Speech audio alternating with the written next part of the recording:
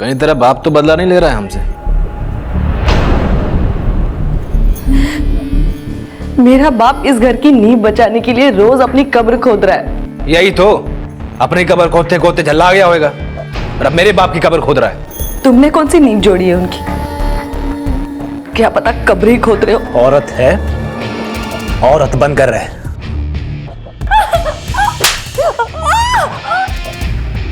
चोरों की बस्ती में जब कोई शरीफ भी भागता है तो चोर ये सोचकर चौकन्ने हो जाते हैं कि कहीं उनके पीछे पुलिस तो नहीं लगी है।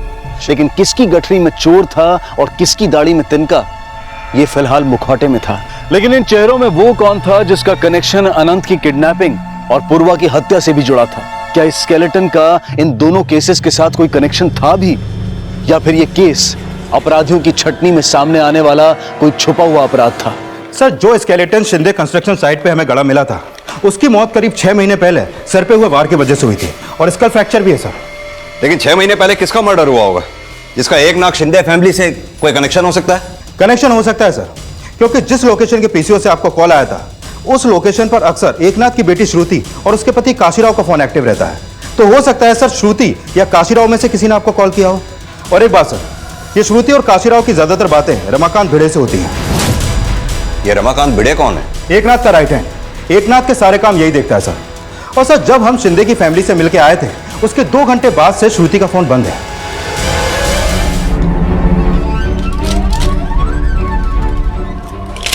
चलो ताई 300 रुपये।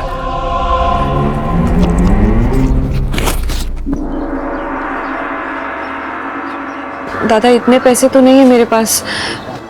एक काम करो, इसमें से जो उल्टी रोकने वाली दवाई है वो ही दे दो। ये लीजिए 50 रुपये। धन्यवाद दादा। क्यों? आपको मेरी बहन श्रुति से क्या काम है? आपकी बहन श्रुति है कहां पर? मेरे को नहीं पता। सर, आज दोपहर से वो घर पर वापस नहीं आएगी। उसका फोन भी बंद है। लेकिन बात क्या है सर? और आप तो श्रुति के पति हैं, पता होगा आपकी बीवी कहां है? नहीं साहब, मुझे भी समझ नहीं आ रहा कि श्रुति कहाँ है। सर, आपने बताया नहीं। आप श्रुति के बारे में जानना क्या चाहते हैं? आपकी बहन श्रुति जब भी घर आए या उसका फोन आए, उसे कहना हमसे जरूर मिले।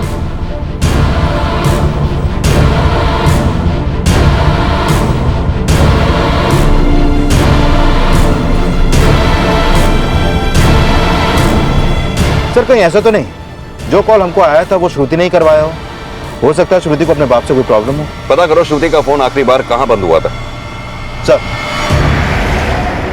सर, जिस लोकेशन पर श्रुति का फोन बंद हुआ, मैंने पता किया उस एरिया में एकनाथ शिंदे का एक फार्म हाउस है। हो सकता है श्रुति एकनाथ शिंदे के फार्म हाउस में ही हो।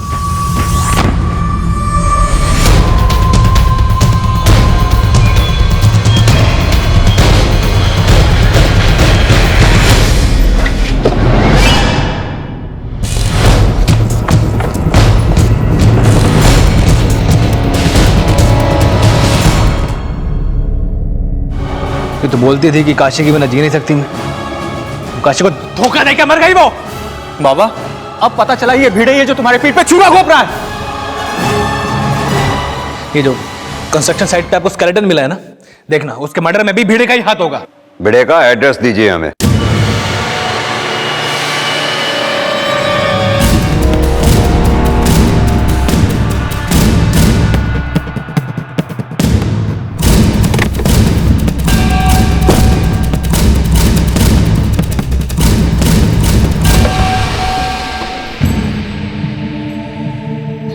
नहीं सर, सुबह से भिड़े को नहीं देखा मैंने। सर, भिड़े का फोन भी बंद है।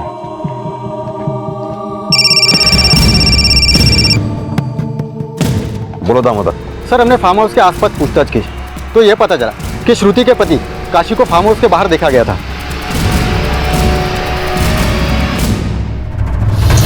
सर, हो सकता है काशी को श्रुति और भिड़े के अफेयर के बारे में पता चल गया हो और उसी ने श्रुति को मारा हो। ये एकनाथ के सभी फैमिली मेंबर्स के फोन लोकेशन चेक करो और इस काशी राव के बारे में भी पता करो। Okay sir.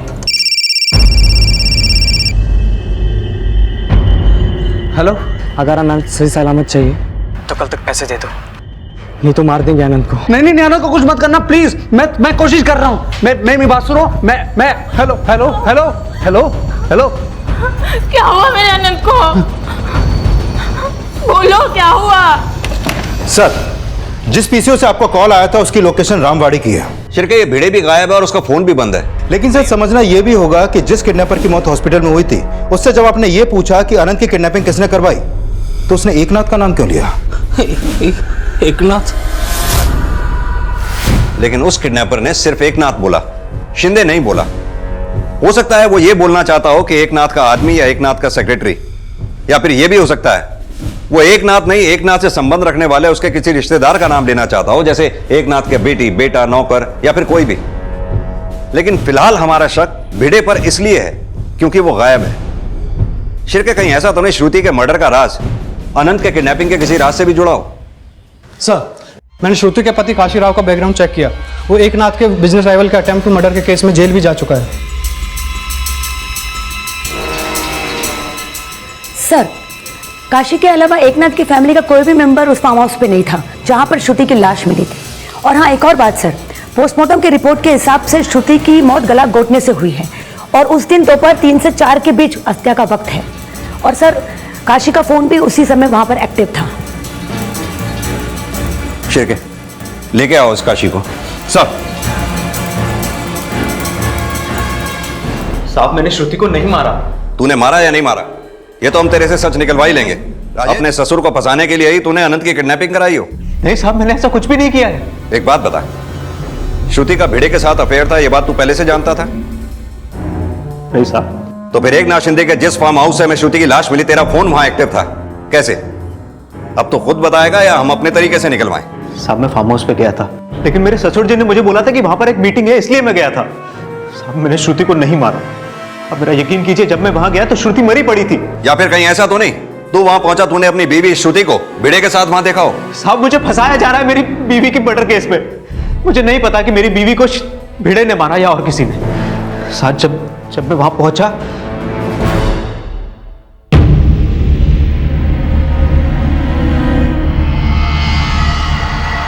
साहब मुझे लगता है कि एकनाथ ने अपनी बेटी को मरवाया और अब मुझे फंसा रहा है। एकनाथ अपनी बेटी को क्यों मारेगा? सर, क्योंकि श्रुति मुझसे प्यार करती थी और एकनाथ इस बात से बहुत चिढ़ता था। अगर तू इतना ही सच्चा है तो फिर अटेम्प्ट टू मर्डर के केस में अंदर क्यों गया था? साहब, वो भी एकनाथ की वजह से गया था। उसने उस वक्त भी मुझे बलि का बकरा बनाया था। चल, तेरी हम सब बात मान भी लें तो एकनाथ शिंदे की जिस कंस्ट्रक्शन साइट से हमें स्केलेटन मिला, वो स्केलेटन किसका था? साहब, मुझे ज्यादा तो नहीं पता, लेकिन 6 महीना पहले लांजा टाउन का एक सरकारी सिविल इंजीनियर संदीप देशमुख, साहब मुझे लगता है कि ये कंकाल उसी का है, क्योंकि संदीप का भिड़े और एकनाथ के साथ बहुत बड़ा पंगा था। आपके भिड़े ने मारा हमारी श्रुति को। पहले उसे बहकाया है, फिर जान से मार दिया है। देख लिया किस साहब को दूध पिला रहे थे आप। जान से मार दूंगा भिड़े को, देखना।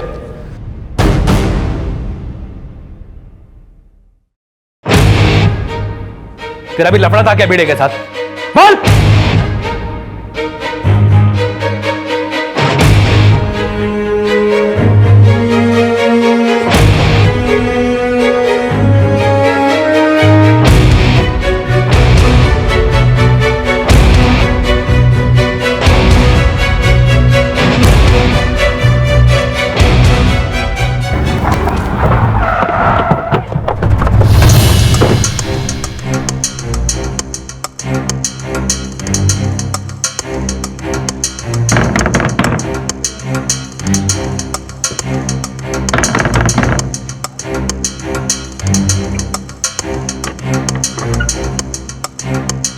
चलिए, तो लॉक है।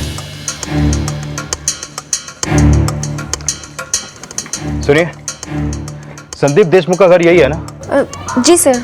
अच्छा, कुछ पता है उनका घर बंद क्यों है? सर पता नहीं, ये तो 6-7 महीनों से बंद पड़ा है। ये संदीप देशमुख के परिवार के बारे में कुछ जानती हैं आप?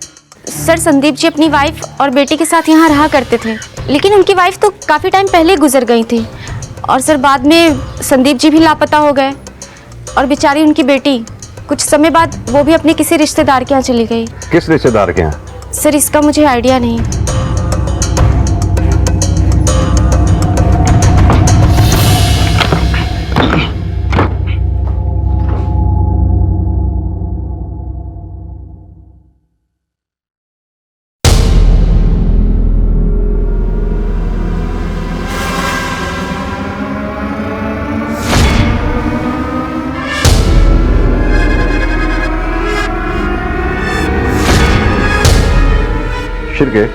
हम जब एकनाथ शिंदे के घर गए थे, इस लड़की को मैंने उसके घर में देखा था। सर ये लड़की तो एकनाथ के घर में नैना के बेटे को ट्यूशन पढ़ाती है। तो इस लड़की का संदीप देशमुख से क्या रिश्ता हो सकता है?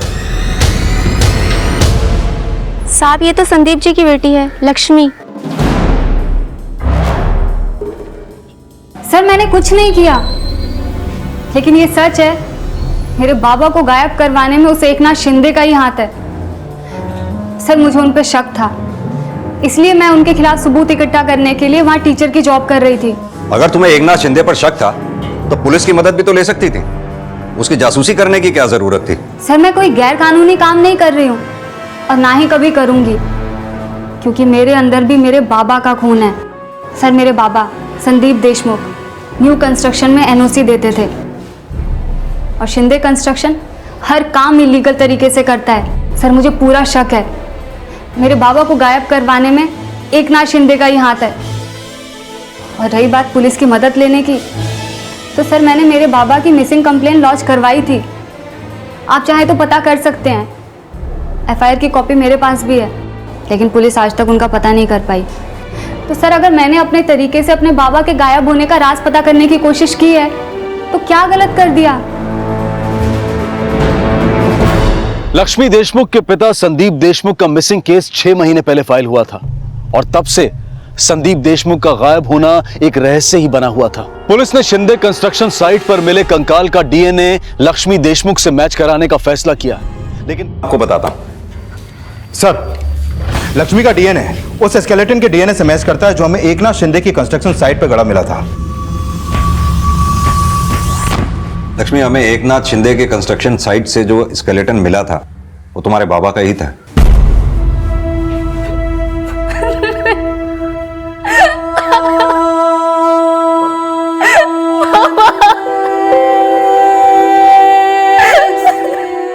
लक्ष्मी, तुमने हमें कहा था कि तुम एकनाथ शिंदे के खिलाफ सबूत ढूंढा करती थी। क्या अनंत की किडनैपिंग में एकनाथ शिंदे का हाथ हो सकता है? अगर इससे रिलेटेड कुछ भी जानती हो हमें बताओ। सर जब भी मैं उनके घर जाती थी,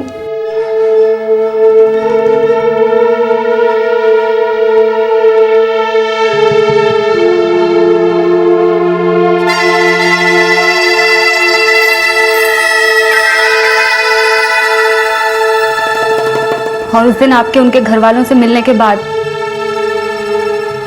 मैंने वहां के लोगों के कुछ वीडियोस रिकॉर्ड किए थे। लेकिन एक बात याद रखना यार, जमीन और चोरों के चक्कर में भाई का दुश्मन मत बन। इस घर के राज को राज रखना ही मेरी जिंदगी की मजबूरी है और यही मेरा गुरूर, और इस पर किसी ने उंगली उठाई ये मैं बिल्कुल बर्दाश्त नहीं करूंगी। मैं जानता हूं ये काम इसी घर के किसी विभीषण का है। आज के बाद दोबारा मत पूछना कि कहां जा रहा हूं, किससे मिल रहा हूं। सर नैना का हस्बैंड प्रमोद उसको बहुत मारता है।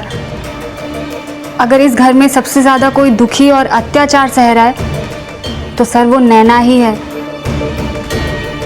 इनफैक्ट नैना की शादी उसकी मर्जी के खिलाफ हुई थी। Excuse me sir. हेलो। शायद ये मावना गांव के सरपंच वल्लभ माने की छोटी बेटी है पूर्वा, लेकिन वल्लभ माने ने इसे पहचानने से इनकार कर दिया। और हैरत की बात यह है कि उनकी बड़ी बेटी नैना, उसने भी इसे पहचाना नहीं। नैना कौन? एकनाथ शिंदे की बहू है, नैना प्रमोद शिंदे। आपको लगता है ये लड़की जो किडनैपर्स के साथ देखी गई एकनाथ शिंदे की बहू नैना शिंदे की छोटी बहन पूर्वा है? जी हाँ, नैना शिंदे हमारी बेटी है, लेकिन उस लड़की से हमारा कोई रिश्ता नहीं है जिसकी लाश गांव के बाहर मिली थी। सोच समझकर बोलिए वल्लभ माने जी, अगर आपकी बात झूठ निकली तो हम। मैं कभी झूठ नहीं बोलता। वो लड़की मेरी बेटी नहीं थी, मतलब नहीं थी। सर मुझे लग रहा है ये वल्लभ हमसे झूठ बोल रहा है और नैना शिंदे ने भी हमसे झूठ बोला था।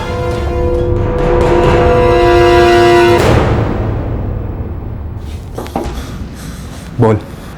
प्रमोद के कौन कौन से राज जानता है तू? कुछ भी बताने से पहले मैं कुछ पूछना चाहता हूँ। अपनी फैमिली और अपने उसूल में किसी एक को चुनना पड़े तो किसे चुनोगे? क्या वो लाश वाकई पूर्वा की नहीं थी? आप चुप क्यों हैं? सब वो लाश पूर्वा की थी।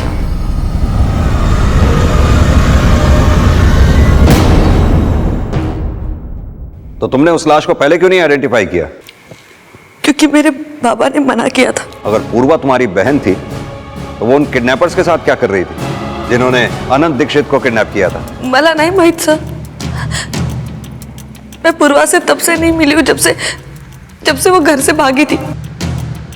एकनाथ जी, आप पूर्वा और उन किडनैपर्स की मीटिंग के बारे में क्या जानते हैं? सर, मैं पूर्वा को ही ठीक से नहीं जान पाया तो किडनैपर्स के बारे में कैसे कुछ बता सकता हूँ।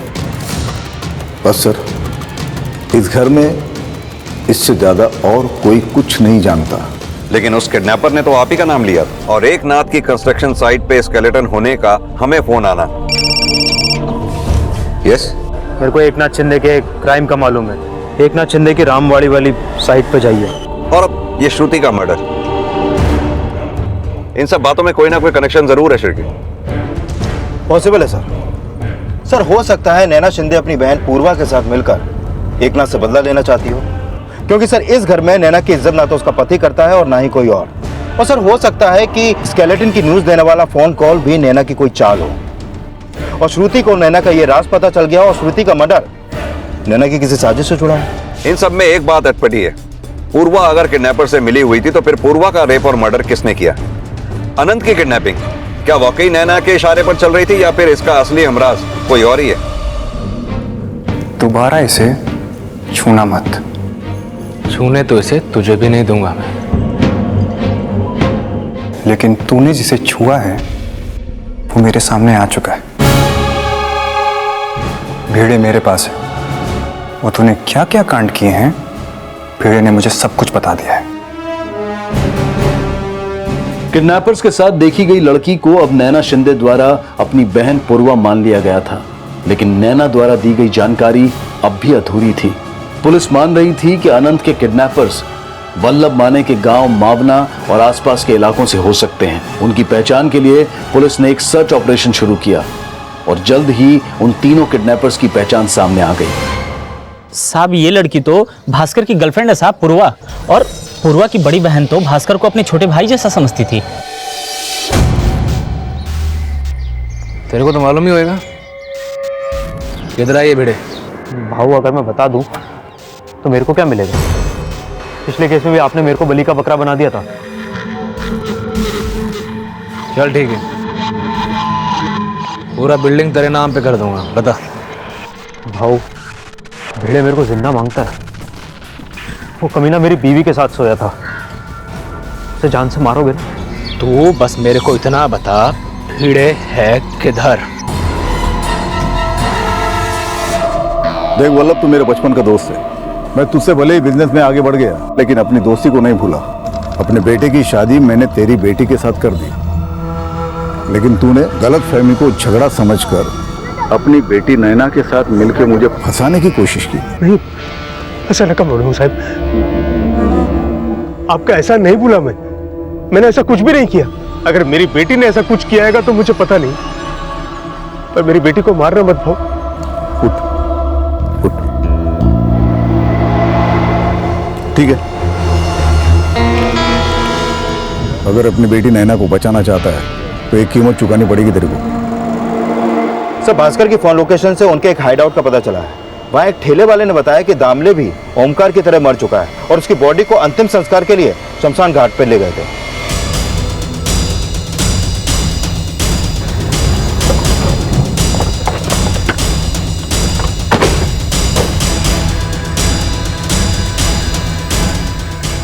सर, क्या इसकी मौत नेचुरल मौत है या फिर ओमकार की मौत की तरह कुछ और ही चक्कर है? ये तो पोस्टमार्टम की रिपोर्ट के बाद ही पता चलेगा। अनंत की किडनैपिंग करने वाले 3 लोग थे और उन तीनों को एक औरत ने फोन किया था। गांव वालों के बयान के मुताबिक नैना भास्कर से मिला करती थी। फिर के इस नैना से दोबारा मिलते हैं। हाँ, मैं भास्कर को जानती हूँ और मेरे कहने पर ही उसने किडनैपिंग की थी। भास्कर और पूर्वा एक दूसरे से बहुत प्यार करते थे। वो दोनों भागकर शहर तो चले आए, लेकिन भास्कर को कोई काम नहीं मिला, इसलिए वो बहुत परेशान था। और तभी मैंने उसे अनंत के पिताजी के बारे में बताया। भास्कर और उसके साथी तो किडनैपिंग के लिए मान गए, लेकिन जब ये बात पूर्वा को पता चली तो उसने भास्कर को मना कर दिया। और इसी वजह से भास्कर ने पूर्वा का रेप किया और उसको मार भी दिया। नहीं नहीं सर, ऐसा नहीं है। भास्कर पूर्वा से बहुत प्यार करता था। उसने पूर्वा को नहीं मारा सर। वो तो ये भी नहीं जानता कि पूर्वा अब नहीं रही। भास्कर ने पूर्वा को नहीं मारा था, फिर किसने मारा? मला नहीं माहित सर, विकारा बोलते हैं। और श्रुति का मर्डर, संदीप देशमुख का मर्डर? नहीं सर, इसके अलावा मुझे कुछ नहीं पता। मैं सच कह रही हूँ।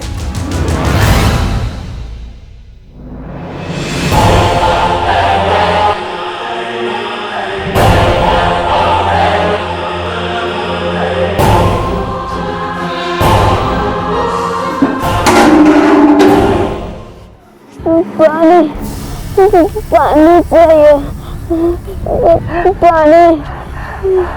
ताई, हमने ये फिरौती भूल जाते हैं। आप मेरी मानो ना तो इस बोझ को ना हम कहीं फेंक देते हैं। इसकी वजह से हमारा तन मन दिमाग सब कुछ भ्रष्ट हो गया। कैसे छोड़ेंगे भास्कर? बेचारा बच्चा है, कहीं किसी ने कुछ कर दिया, बेचारा बेकार में। ताई तो अपनी ममता बंद कर। हमारे पास ना दिन के सिर्फ 60 रुपए बचे,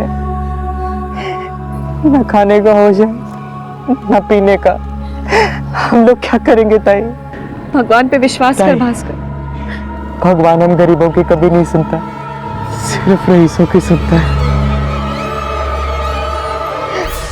सर, दामले की पोस्टमार्टम रिपोर्ट के मुताबिक उसकी मौत की वजह वही है जो ओमकार की थी। दोनों को सांस लेने में प्रॉब्लम थी। ये उनके गांव में पता करो, दोनों काम क्या किया करते थे? सर, पता चला है एकनाथ शिंदे का बड़ा बेटा प्रमोद शिंदे, उसका मर्डर हो गया है। व्हाट? हाँ सर, उसकी बॉडी को हॉस्पिटल से घर लेकर के आ गए हैं।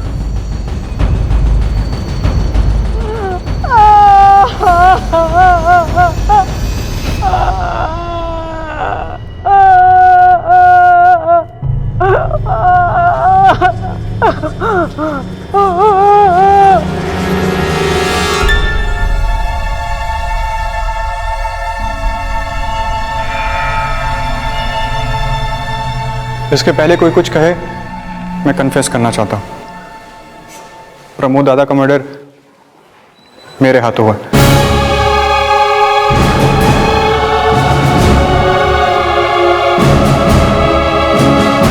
हमारे बीच में अक्सर तू तो मैं होती रहती थी, लेकिन आज हाथापाई भी हो। ये आदित्य की स्टेटमेंट को क्रॉस वेरीफाई करो। प्रमोद और आदित्य, इन दोनों के कॉल रिकॉर्ड्स निकलवाओ। Okay sir. एक मिनट सर। हेलो, ठीक है सर। पता चला कि भास्कर का फोन लगातार गांव की तरफ मूव कर रहा है। अनंत को किडनैप करने वाले भास्कर, ओमकार और दामले में से अब सिर्फ भास्कर ही जीवित था और अनंत दामले की बीवी तुलसी और भास्कर के साथ था। अरे भास्कर, तू गांव में क्यों आया है? तुझे पुलिस ढूंढ रही है पूर्वा के मर्डर केस में। क्या पूर्वा का मर्डर हो गया है? हाँ, अभी कुछ दिन पहले गांव के बाहर उसकी लाश मिली थी। शायद उसका बलात्कार भी हुआ था। तू यहाँ रुक मत, चला जा, नहीं तो पुलिस तुझे पकड़ लेगी। भास्कर, तुम जो कुछ भी करने जा रहे हो मत करो, ये सब ठीक नहीं कर रहे। मुझे भूख लगी है, कुछ खाने को दो। सर, जिस कंस्ट्रक्शन साइट पे प्रमोद और आदित्य की मारपीट हुई, वहां के मजदूरों का यही बयान है कि प्रमोद की हत्या गैर इरादतन हुई है।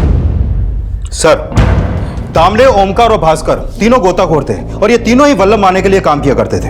क्या काम किया करते थे? सर, वल्लभ माने गैरकानूनी तरीके से नदी के अंदर से रेत निकालकर कई सालों से उसे बेचने का काम करता आ रहा है और पिछले 15 सालों से यह वल्लभ नदी के किनारों से इतनी रेत निकाल चुका है सर कि नदी के दोनों किनारे साफ हो चुके हैं।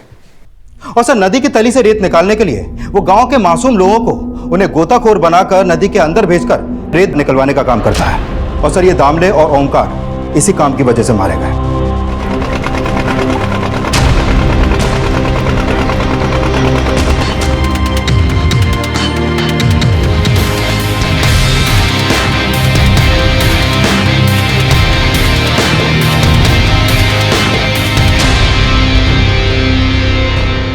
आखिर के पूर्वा की बॉडी पे भी उसी तरह का रेत मिला था।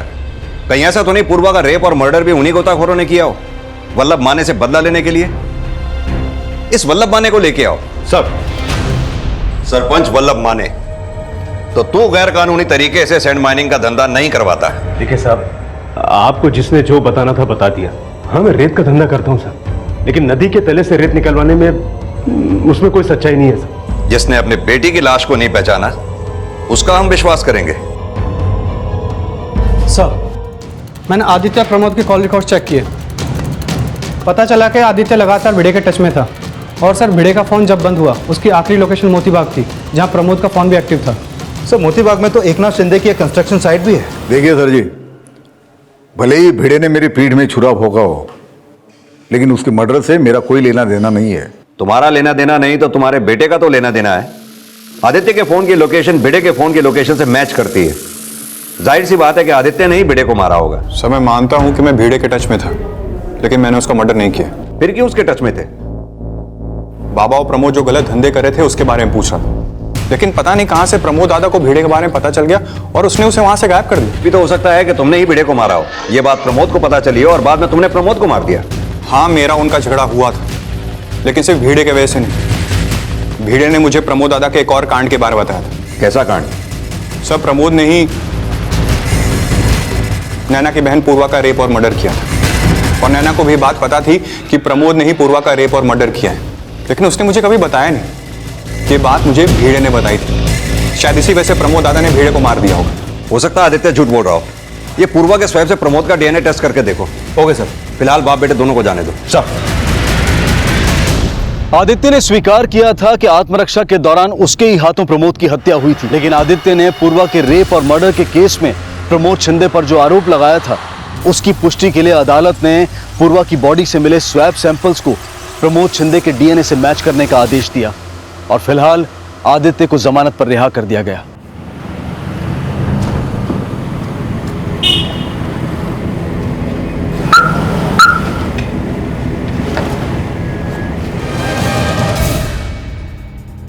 हाँ,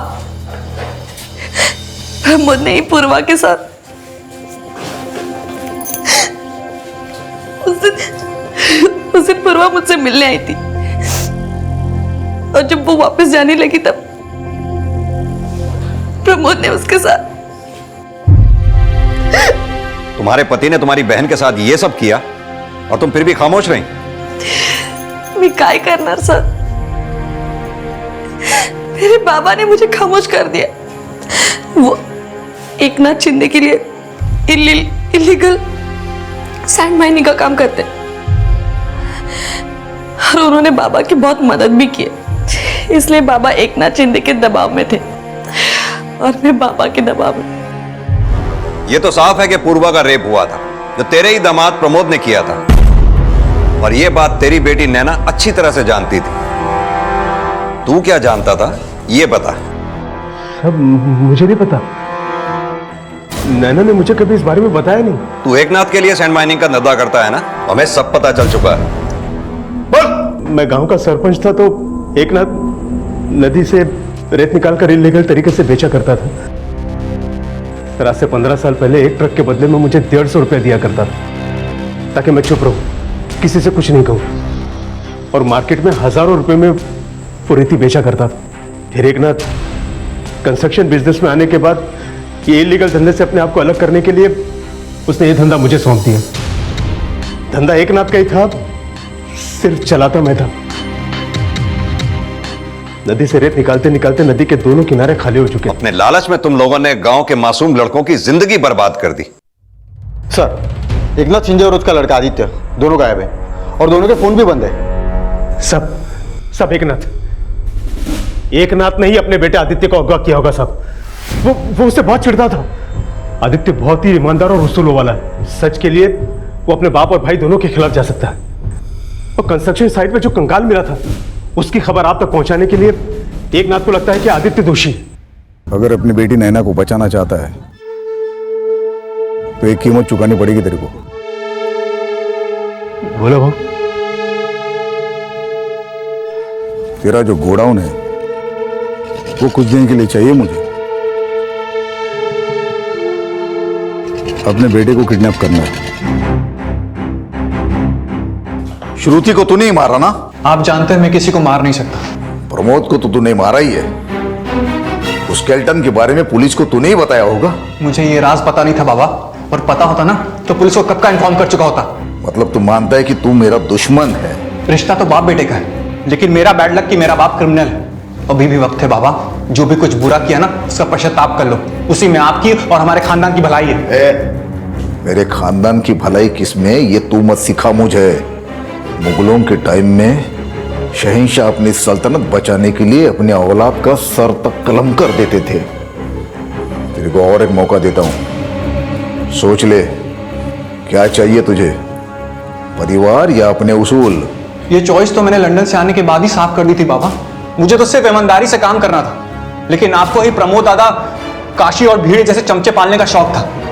भीड़े ने मुझे बताया था कि किस तरह आपने अपना नक्शा पास करवाने के लिए संदीप देशमुख को मार के गाड़ दिया था। तो भीड़े को भी तूने ही मारा? मैंने नहीं मारा बाबा, आपके होनहार रेपिस्ट बेटे ने मारा। नैना की भी जिंदगी बर्बाद कर दी उस कमीने ने। नैना नैना नैना बहुत हो गया। आदित्य पर अटेम्प्ट टू मर्डर और संदीप देशमुख के मर्डर के मामले में हाथ होने के साथ साथ एकनाथ शिंदे पर वल्लभ माने समेत कई सरकारी और गैर सरकारी विभागों से जुड़े लोगों के साथ इल्लीगल माइनिंग के मामले भी दर्ज किए गए। दामले, ओमकार और भास्कर सैंड माइनिंग से जुड़े वो मजबूर नाम थे जो 2 वक्त की रोटी कमाने के लिए अपनी जान को जोखिम में डालकर भी इस अपराध से जुड़े थे। लेकिन नैना की सलाह पर अनंत को किडनैप करना उनका वो अपराध था जिसे किसी भी तरह की सहानुभूति नहीं दी जा सकती। पुलिस जल्द से जल्द अनंत को बचाने की कोशिशों में जुटी हुई थी, और ये राज भी अब भी बरकरार था कि शिंदे कंस्ट्रक्शन साइट पर गड़े कंकाल के बारे में पुलिस को सूचना किसने दी थी, और एकनाथ शिंदे की बेटी श्रुति, उसकी हत्या किसने की थी। सर, पता चला है कि भास्कर मावना गांव के बाहर देखा गया है। शिरके जरूर इन्हें किसी ने अपने घर में छुपा रखा होगा। पता करो गांव में ऐसी कौन सी जगह हो सकती है जहां ये छुप सकते हो। Quick sir.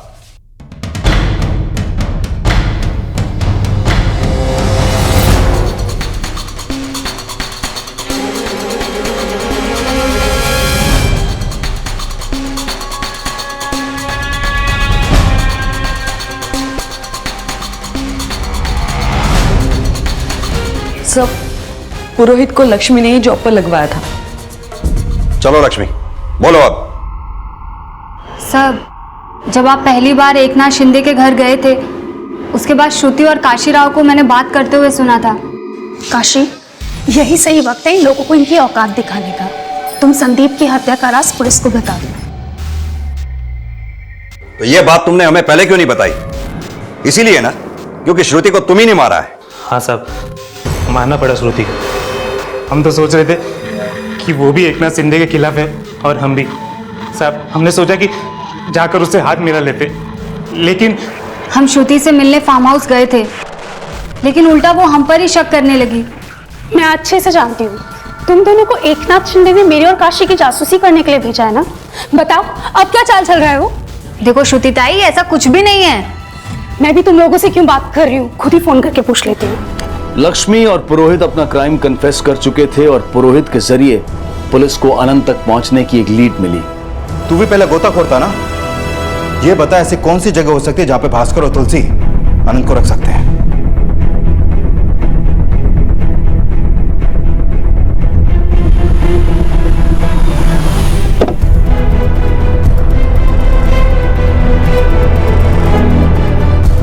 भास्कर पागल हो गया है, उसको पैसा नहीं मिला ना, इसलिए येड़ा हो गया है। अनंत को मारने ले गया नदी किनारे साहब, उसे बचा लो साहब, वो मार देगा अनंत को साहब।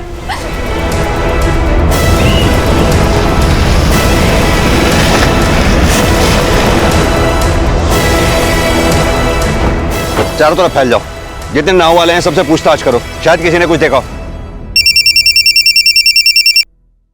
हेलो सर, हमारा अनंत वापस आ गया हमारे पास। सर, उसका किडनैपर खुद उसे हमारे पास लेकर आया है।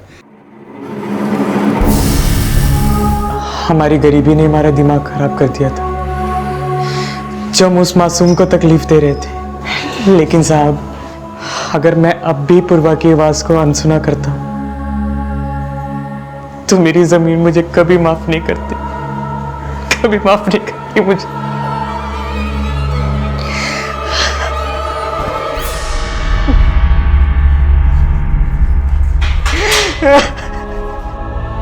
कहते हैं कि जब जागो तब सवेरा, लेकिन जो अपनी आंखें अपराध के आवेश में आकर मूंद लेते हैं, उनकी आंखें जब खुलती हैं तो नजरों में सिर्फ सलाखें ही होती हैं। अपनी बुरी किस्मत के लिए किसी को कोसने से कभी कुछ हासिल नहीं होता, और सिद्धांत यह कहता है कि मेहनत करने वाले की इच्छा की पूर्ति हो ना हो, लेकिन आवश्यकता की पूर्ति जरूर होती है।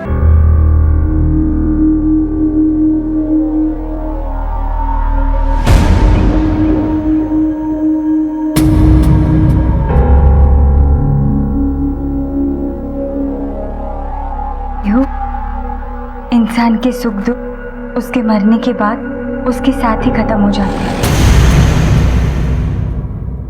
अत्याचार करना गलत है, लेकिन अत्याचार सहना भी गलत है। जुर्म करना और जुर्म को छिपाना दोनों ही अपराध हैं, और जुर्म को छुपाना उस बीज की तरह से है जो एक और जुर्म को जन्म देता है, उसके पनपने की संभावना को बढ़ा देता है। और जिस किसी से भी अपराध होता है वो ना सिर्फ अपने लिए बल्कि दूसरों के लिए भी भविष्य में खतरे के बीज बो देता है। और अपराध की ये फसल जब कटती है तो कई जिंदगियां, कई परिवार इसकी भेंट चढ़ जाते हैं। ऐसे ही मूक दर्शक बनने और उसके घातक परिणाम भुगतने की कहानी कहता है हमारा आज का ये क्राइम पेट्रोल डायल 100 का एपिसोड। मैम, यहाँ पड़ी लाश को देखकर किसी ने कंट्रोल रूम में फोन किया था। जब हम यहाँ पहुंचे तो हमने देखा कि 18-19 साल के लड़के की लाश पड़ी है।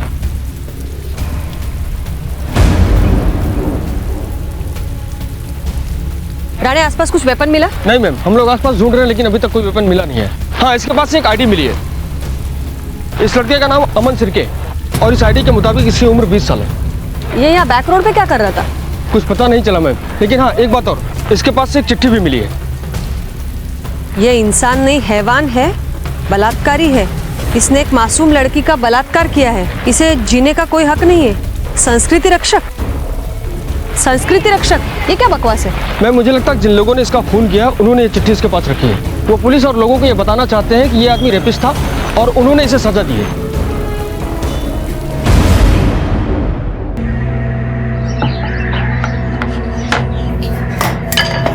क्यों, ये क्या है?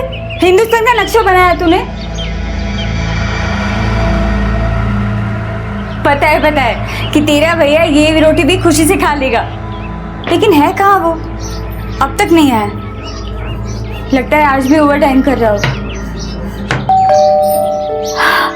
आ गया। अच्छा, वो बड़ी लंबी उम्र है तेरी। अभी तेरी बात निकाली और तू आ गया। आजा।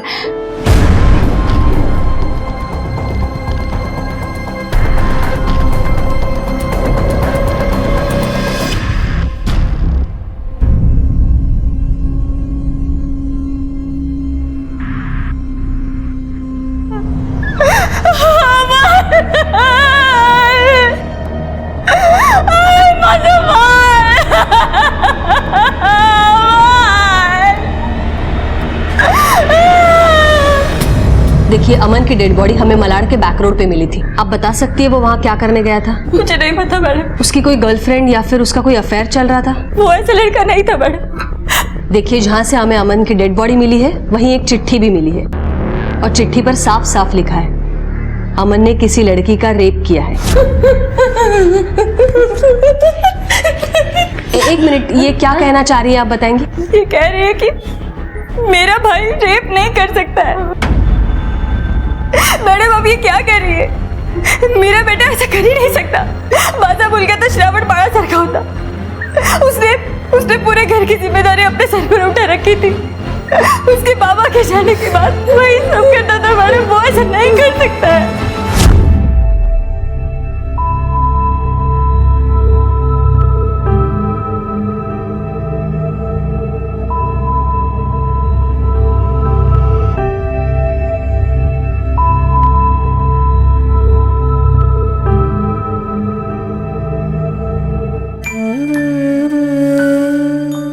मुझे पता है कि तू आगे पढ़ना चाहती, लेकिन पढ़ाई के लिए बेटा पैसे चाहिए। हमारे पास नहीं है। तुझे कैसे पढ़ाएंगे बोल?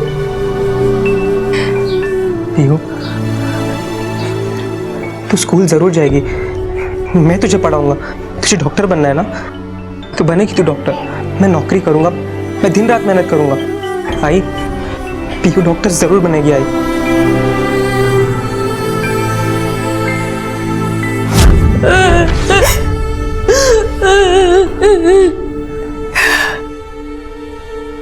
अपने हंसने खेलने पढ़ाई करने की उम्र में उसने नौकरी पसंद की।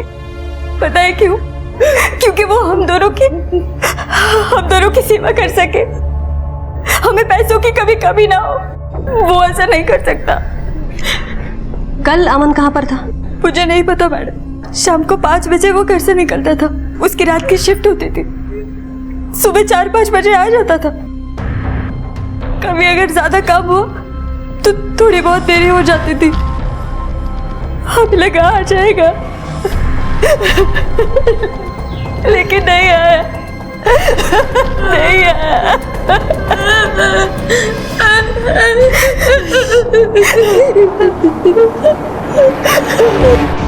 मैम, पोस्टमार्टम रिपोर्ट के मुताबिक अमन की मौत उसके सर पर किसी नुकीले पत्थर से वार की वजह से हुई है और उसकी मौत 2 से 4 के बीच हुई है। एक बात और मैम, उसकी बॉडी में शराब मिली है, वो भी अच्छी खासी मात्रा में। लेकिन ये इतनी शराब पी के वो बैक रोड गया क्यों था? हो सकता है अमन किसी के साथ बैक रोड गया हो और जिसके साथ गया है उसी ने उसका खून किया और खून करने के बाद चिट्ठी भी लिख छोड़ी। मैम, अगर हम चिट्ठी पर गौर करें तो अमन की मौत रेप की वजह से हुई। तब पॉसिबल है कि वो लड़की को अच्छी तरह से जानता हो और उसका खून उसके रिश्तेदार या फिर उसके दोस्तों ने किया हो। या हो सकता है खुद लड़की ने किया हो। उसने अमन को शराब पिलाई, वहां लेकर गई, बेहोश किया और उसके बाद में उसका कत्ल किया। ये सारी पॉसिबिलिटीज चेक करने के लिए हमें उस लड़की तक पहुंचना होगा जो रेप विक्टिम है और अमन की जानकारी में है। यार एक काम करो, ये अमर के कांटेक्ट में जितनी भी लड़कियां हैं सबके कॉल रिकॉर्ड्स और मोबाइल लोकेशंस निकालो। अगर अमन ने रेप किया है तो लड़की इसी में से कोई ना कोई होगी। Okay ma'am. ये शायद पुलिस के लिए भी अपनी तरह का पहला केस था जहां तथाकथित अपराधी के तौर पर एक लाश मिली थी और अब पुलिस को उस लड़की को ढूंढना था जो इसकी शिकार बनी थी। बेशक अमन के बलात्कारी होने के सबूत के नाम पर उसकी जेब से सिर्फ एक चिट्ठी मिली थी, लेकिन पुलिस इस संभावना से इनकार नहीं कर सकती थी कि अमन शायद वाकई में ही बलात्कारी हो। बावजूद इसके कि जिसने ये चिट्ठी लिखी थी वो खुद भी एक अपराधी था और उसी ने अमन का खून किया था। और ये संस्कृति का रक्षक कौन था? कौन हो सकता था वो? कोई समाज सुधारक या खुद वो लड़की या फिर उसका कोई दोस्त या रिश्तेदार, या सिर्फ ये एक चाल थी पुलिस को गुमराह करने के लिए? मैम, ये वो 5 लड़कियां हैं जो अमन के कॉल रिकॉर्ड से मिली हैं, जिनके साथ वो रेगुलर टच में था। ये है रेनी जो उसके कॉल सेंटर में हेड थी, दीपा और प्रिया उसकी कलीग थी, और मैम ये है गुंजन उसकी कॉलेज फ्रेंड। ये सांझ है जो उसकी एक्स गर्लफ्रेंड थी, लेकिन अभी भी दोनों एक दूसरे के टच में थे। ये अमन की माँ को सांझ के बारे में पता नहीं था? नहीं मैम, हमने अमन के कॉल सेंटर से भी पता किया था तो पता चला कि वहां से रात को 8 बजे तबीयत खराब करके निकला था। तभी उसे बोरीवली से आईसी कॉलोनी के पास से एक पीसीओ से कॉल आया और उसके मोबाइल लोकेशन के मुताबिक उसकी last location Malad west back road ही थी। अमन के बॉडी से शराब मिली तो इसका मतलब है उसने मलाड, नायगांव या फिर बोरीवली में से किसी वाइन शॉप से शराब खरीदी थी या फिर वहां के किसी बार में शराब पी। एक काम करो, ये तीनों एरिया के वाइन शॉप और बार सबके सीसीटीवी फुटेज निकालो, देखो उसके साथ कोई है या नहीं है। हो सकता है ये रेप की बात एक कहानी हो और ये संस्कृति रक्षक के नाम पे हमें कोई गुमराह करने की कोशिश कर रहा हो, या हो सकता है बात सच भी हो। जो भी हो, दोनों सूरतों में खूनी को तो ढूंढना पड़ेगा।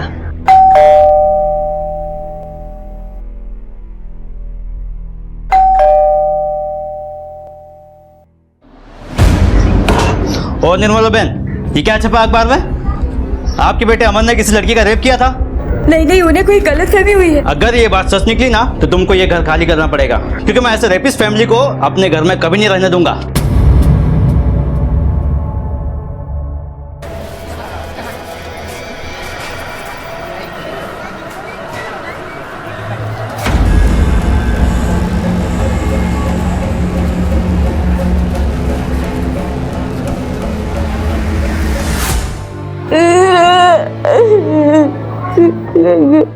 मैम, ये मलाड के वाइन शॉप का फुटेज है। इसके बाद ये मलाड के बैक रोड पर गया जहाँ कोई सीसीटीवी नहीं है। रानी, ये तो कंफर्म है कि ये अकेला नहीं था और जिसने भी खून किया है वो बहुत स्मार्ट है। उसने अमन को पहले खूब घुमाया और उसके बाद में उस एरिया में लेके गया जहाँ पे सीसीटीवी कैमरा नहीं है। तो अब क्या करें मैम? इससे तो हमारे हाथ कुछ लगा नहीं।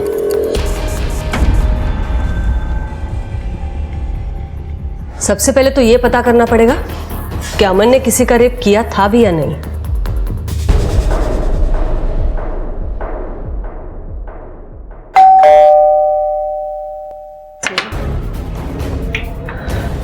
ये रीनी का घर है, हमें उससे कुछ बात करनी है।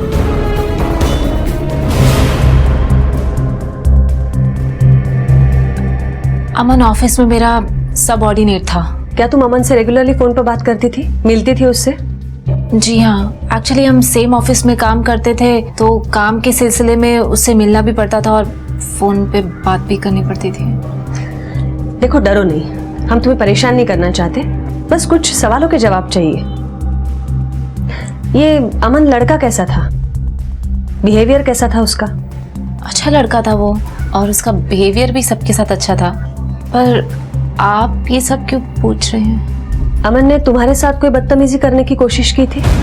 एक्चुअली अमन के डेड बॉडी के पास हमें एक चिट्ठी मिली है, उसमें साफ साफ लिखा है अमन ने किसी लड़की का रेप किया था। ये क्या बेदुआ सवाल कर रहे हैं आप मेरी बेटी से? देखिए, आप कानूनी कार्रवाई में दखल मत दीजिए।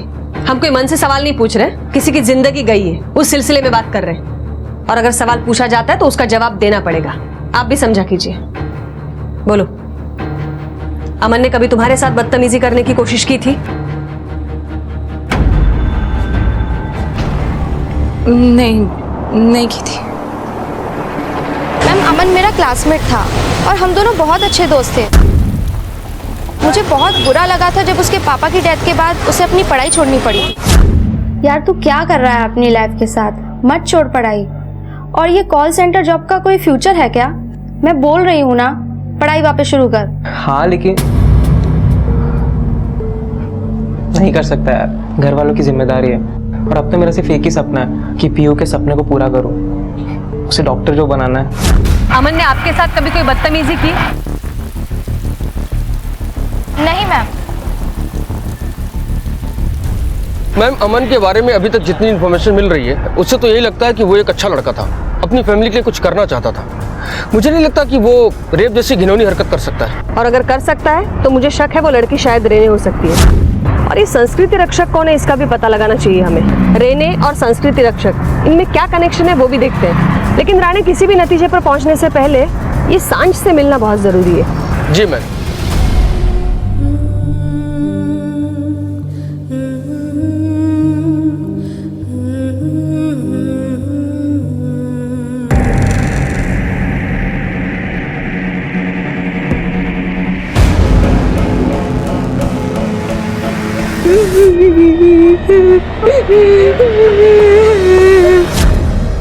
ये क्या बात हुई? जिसको मरना था वो तो मर गया, आप लोग यहाँ पे आके क्यों तमाशा कर रहे हैं? और मेरी बेटी को क्यों घसीट रहे इसमें?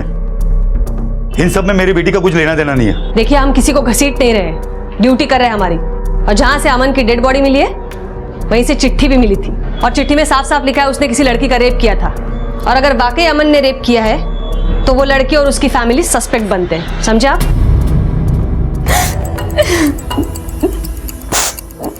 मैम, अमन बहुत अच्छा लड़का था, उसने मेरे साथ कुछ गलत नहीं किया है। मैं मानती हूँ कि हमारा अफेयर था, लेकिन बाद में ब्रेकअप हो गया था। मैम, अगर लड़कियों के बयान पर भरोसा करें तो इनमें से तो कोई नहीं है जिनके साथ अमन ने रेप तो क्या, छेड़खानी भी किया हो।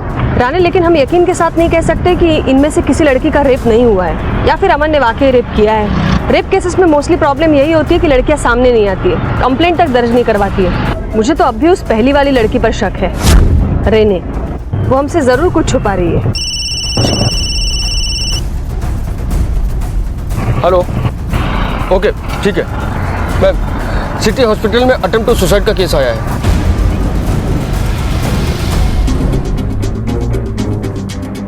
अभी भी जो सुसाइड अटेम्प्ट का केस आया है उस पेशेंट का नाम क्या है? सर, पेशेंट का नाम रेने डिसूजा है।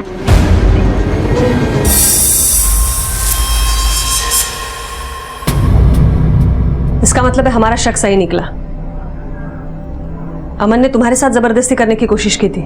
नहीं, अमन ने मेरे साथ कोई जबरदस्ती करने की कोशिश नहीं की थी। एक्चुअली मैं किसी और लड़के से प्यार करती हूँ जो दूसरे रिलीजन का है। मेरे मॉम डैड को पसंद नहीं था कि मैं किसी और रिलीजन में शादी मनाऊं, इसलिए वो मेरी शादी जबरदस्ती किसी और लड़के के साथ करवाना चाहते थे। और अमन तो मेरा बहुत अच्छा दोस्त था। मैं उससे हर बात शेयर करती थी और वो मुझे एडवाइस भी देता था।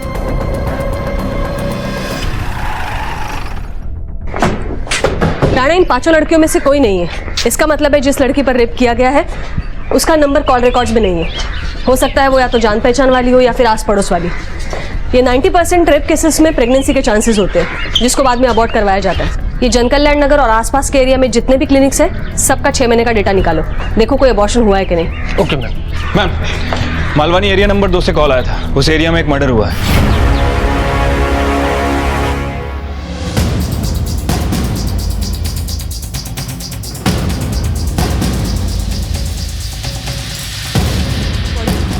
मैडम, वो साफ सफाई कर रहे हैं वहाँ जी। कब देखा आपने बॉडी को? साहब मैं सुबह झाड़ू मारने आई तो एक लाश यहाँ पड़ी थी। इसके अलावा और कुछ आप लोगों ने?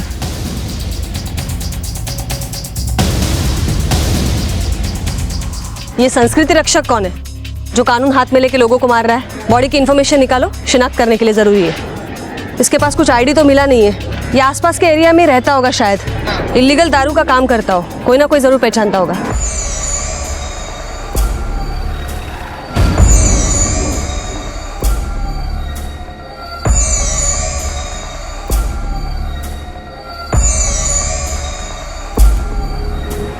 ये कौन है? मैम इस एरिया की सेल्फ अक्लेम्ड सोशल वर्कर है। किसी एनजीओ वगैरह के लिए नहीं, बस अपने मन से ही खुद को सोशल वर्कर बनके घूमती है। प्रभा देशमुख नाम है इसका।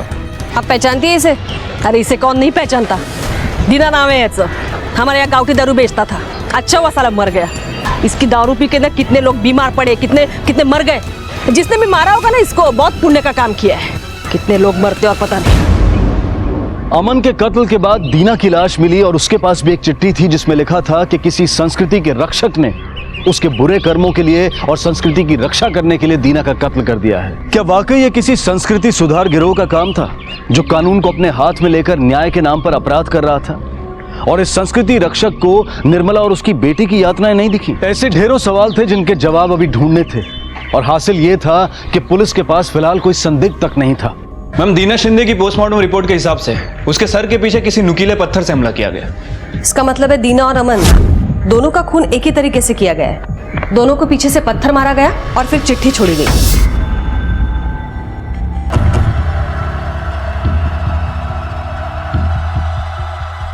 ये दोनों हैंडराइटिंग्स तो अलग अलग है। इसका मतलब है 2 अलग इंसानों ने ये लेटर लिखे हैं। कहीं ऐसा तो नहीं है किसी गैंग का काम है? मैम, मैंने मालवानी के क्लिनिक में पता किया तो पता चला कि 19 साल की सना नाम की एक लड़की का अबॉर्शन करवाया गया था। यह सना के घर का एड्रेस। कदम, ये दीना के कॉल रिकॉर्ड्स और मोबाइल लोकेशन ट्रैक करो। Okay ma'am. राणे, इस एड्रेस पे चलते हैं। Yes ma'am. अरे मैडम, कितनी बार बोलूं, ये मेरा ही घर है और यहाँ कोई सना नहीं रहती है। देखिए, हो सकता है लड़की का नाम कुछ और हो। आपकी बेटी का नाम क्या है?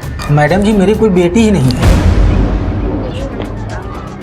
राणे, ये क्लिनिक में बदनामी से बचने के लिए उसने गलत एड्रेस लिखवाया है और मुझे तो लगता है सना नाम भी गलत है।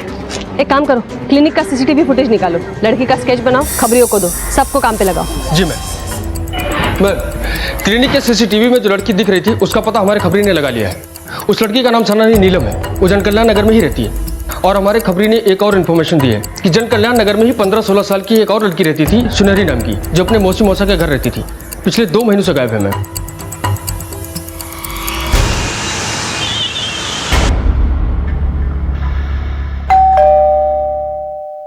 मैं देखता हूँ। सुनहरी आप ही की भतीजी है ना? उससे बात करनी है हमें, बुलाइए। सुनहरी यहाँ नहीं रहती। आपके अलावा उसका कोई है भी नहीं, अनाथ है वो। यहाँ नहीं है मतलब क्या? वो जिसके साथ भाग गई है ना, आप उससे पता कीजिए। अच्छा, तो आपको ये भी नहीं पता है कि वो किसके साथ भाग गई है? आपको कोई चिंता ही नहीं है उसकी? पुलिस में कंप्लेंट तक नहीं दर्ज करवाई है आपने?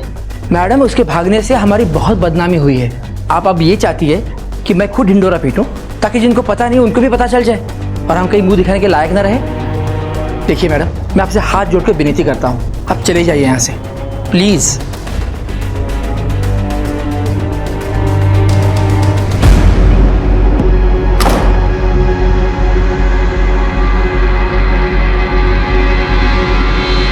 सुनेरी की जितनी ज़्यादा हो सके इन्फॉर्मेशन निकालो। उसके परिवार को तो उसकी कुछ चिंता है नहीं। हो सकता है वो प्रेग्नेंट हो और यही रीज़न हो उसके गायब होने का। ओ मैडम, काय चाललंय तुमचं? देखिए, जिसका बलात्कार हुआ उसे उसी वक्त न्याय मिल गया था जब अमन की मौत हुई। फिर क्यों आप मेरे एरिया में आके घर घर जाके लड़कियों को परेशान कर रहे हो? अमन और दीना जैसे लोगों को मरना ही जरूरी है। उनके कातिलों को ढूंढ के आपको क्या फायदा? देखिए, अमन और दीना ने अगर गुनाह किया है तो उसके लिए कानून है। इस तरह कानून हाथ में नहीं ले सकता है कोई। और अपराधी चाहे संस्कृति रक्षक हो या भक्षक, अपराधी अपराधी होता है, उसकी जगह जेल में होती है। वैसे आप क्यों पैरवी कर रही है खूनी की? आप भी संस्कृति रक्षक है क्या? मैं किसी की रक्षक विक्षक नहीं हूँ और मुझे इसमें फंसाना भी मत। और मुझे ना ऐरा गैरा मत समझना, मेरी पहुंच बहुत ऊपर तक है। हाँ तो ठीक है, जाइए ऊपर तक जाइए, इन्वेस्टिगेशन बंद करने का ऑर्डर लेके आइए। लेकिन याद रखना, हम भी उस इंसान से अच्छी तरह निपटेंगे जो कानून के आड़े आ रहा है।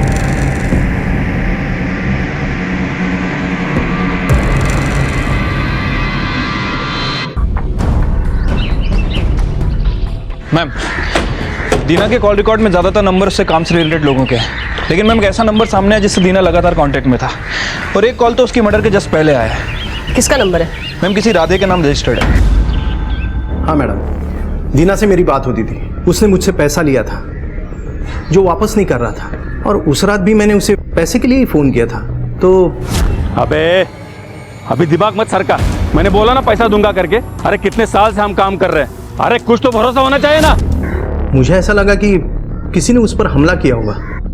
मैं हेलो हेलो कर रहा था, लेकिन थोड़ी देर बाद अपने आप फ़ोन कट गया, और अगले दिन मुझे पता चला कि किसी ने दीना का खून कर दिया। उसकी किसी के साथ कोई दुश्मनी? गलत काम करने वालों का दुश्मन तो उनका काम ही होता है। एक हो तो बोलू ना, पता नहीं कितने लोगों के साथ पंगा लिया था उसने। ठीक है, तुम जा सकते हो, लेकिन शहर के बाहर मत जाना। जी। सुनेरी के मामले में कुछ क्लू मिला? हाँ मैम, मैंने सुनेरी की पड़ोसियों से पूछताछ की। थोड़ा सा पेट तो निकला था उसका साहब, दुपट्टे से छुपाते थे। पर साहब, आजकल ये सब कहाँ छुपता है? हाँ साहब, वो माँ बनने वाली थी और इसीलिए उसे हमने घर से निकाल दिया। रानी, सुनेरी के फैमिली ने पहले कहा था कि सुनेरी भाग गई है। उसके बाद में उन्होंने कहा वो प्रेग्नेंट थी, इसलिए उन्होंने उसे घर से निकाल दिया।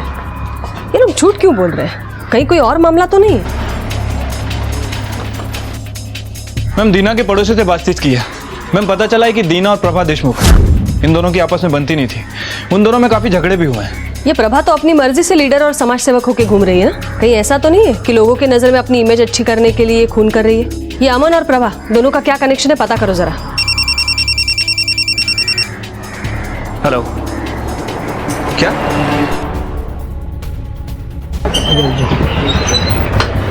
भाई भाई भाई भाई कैसे आप बॉडी नहीं ले सकते।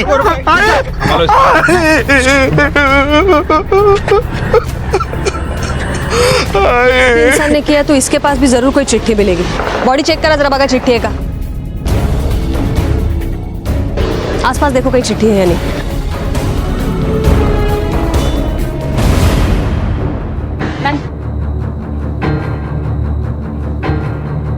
चेहरे पे मुखौटा था इसके, दोधारी बनकर घूम रही थी, समाज सेवा दिखावा था। ये मासूम लड़कियों का देह व्यापार करती थी। संस्कृति के रक्षा के लिए इसका मरना जरूरी था। संस्कृति रक्षक।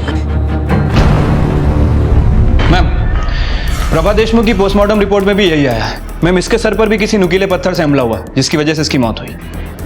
ये अमन के सर पर नुकीले पत्थर से वार करना तो समझ में आता है, क्योंकि वो पत्थर वहां पर पड़े थे। लेकिन प्रभा और दीना की बॉडी जहां से मिली वहां तो ऐसे पत्थर थे नहीं।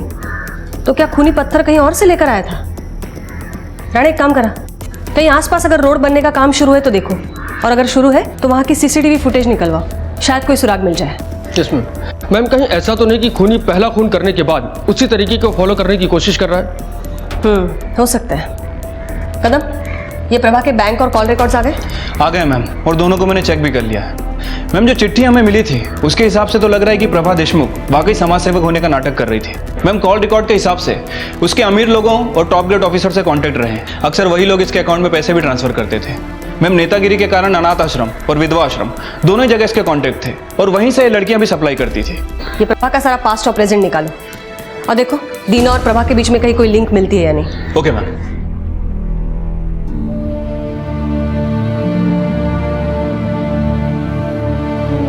हम पुलिस के पास तो चले जाएंगे बेटा, पुलिस आकर उन्हें धमका भी देगी, लेकिन फिर वो हमारा जीना हराम कर देंगे। अच्छा नहीं होगा, नहीं जा सकते। ले ले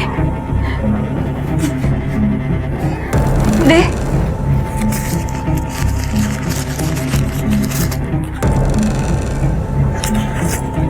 पहले किसको उठाऊं, माँ को या बेटी को?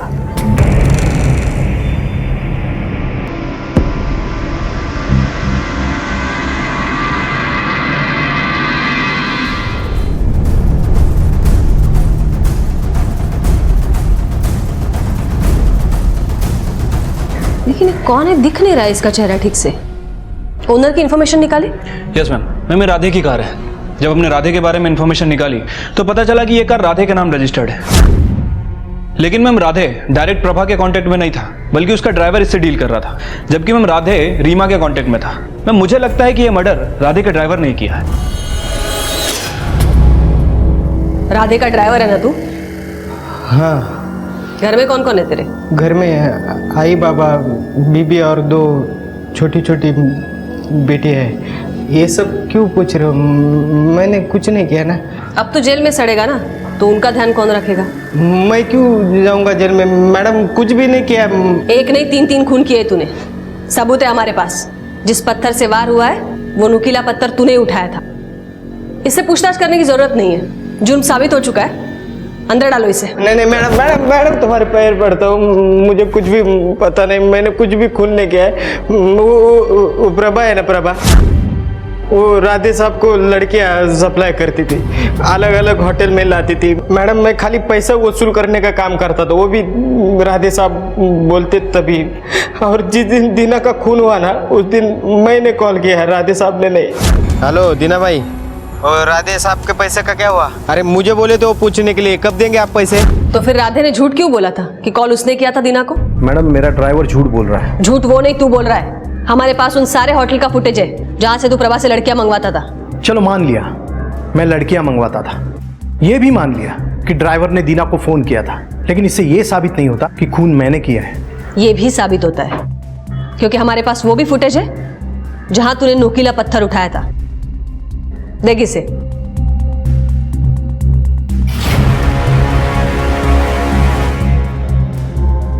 ये मैं नहीं मैडम, मेरा ड्राइवर है। तेरा ड्राइवर तो हो ही नहीं सकता है, क्योंकि अभी अभी तूने कहा कि तेरे मोबाइल से तेरे ड्राइवर ने दीना को फोन किया था, और तेरे मोबाइल का लोकेशन कांदीवली का है, और ये फुटेज दीना के मर्डर के 10 मिनट पहले का है। अब 10 मिनट में तेरा ड्राइवर मालाड़ मालबनी करके खून करके निकल तो नहीं सकता है। अब तू सच बोलेगा या मार खाकर सच बोलेगा? राणे नहीं बता दो मैडम, प्रभा और दीना दोनों को मैंने ही मारा। प्रभा रोज लड़कियां सप्लाई करने का पैसा बढ़ा रही थी, ब्लैकमेल कर रही थी कि मुझे बदनाम कर देगी, इसलिए मेरा था, वो तो बस उसे चला रहा था। पैसा आने लगा तो उसकी खोपड़ी सटक गई, सारा बिजनेस कब्जा करना चाहता था। तब मैंने अमन की खबर सुनी, मुझे लगा मैं इसका फायदा उठा सकता हूं, इसलिए मैंने उन दोनों को उसी तरह मारा जिस तरह अमन को मारा गया था। अभी दिमाग मत सरका, मैंने बोला ना पैसा दूंगा करके। मैंने कब बोला मैं पैसा नहीं दूंगा? दोनों की बॉडी के पास संस्कृति रक्षक नाम से जानबूझकर मैंने चिट्ठी छोड़ी ताकि आप लोग मुझ तक ना पहुंच पाओ। दीना और प्रभा के कत्ल का केस सुलझ गया था, लेकिन उसके सुलझने से अमन का केस और उलझ गया था, क्योंकि अगर राधे ने अमन का कत्ल नहीं किया था तो फिर अब ये कौन संस्कृति रक्षक था जो अब तक उनकी पहुंच से बाहर था, और क्या वाकई में अमन ने बलात्कार किया था? आखिरकार सुनहरी की तलाश में पुलिस उस हॉस्पिटल जा पहुंची जहां उसने बच्चे को जन्म दिया था, और जैसा कि अक्सर बलात्कार पीड़ित और उसके परिवार वाले करते हैं, बच्चे से निजात पाने के लिए उसे हॉस्पिटल में ही छोड़ दिया गया, और हॉस्पिटल वालों ने उसे अनाथ आश्रम भेज दिया। पुलिस ने हॉस्पिटल से अनाथ आश्रम का पता लिया और बच्चे को रिकवर किया। सुनहरी और उसके परिवार पर दबाव बनाया, और बलात्कारी का पता लगाने के लिए बच्चे का डीएनए अमन के डीएनए से मैच कराने का फैसला किया गया। मेरा बॉयफ्रेंड था मैडम, बहुत प्यार करती थी मैं उससे। प्रेग्नेंट हो गई तो मौसी ने मुझे घर से निकाल दिया। मुझे कुछ समझ में नहीं आ रहा था, पेट में बच्चा लेके कहाँ जाती मैं, इसलिए अबॉर्शन करा दिया। फिर मौसा मौसी शादी के लिए मान गए और मुझे वापस घर में रख लिया। झूठ बोल रही हो तुम।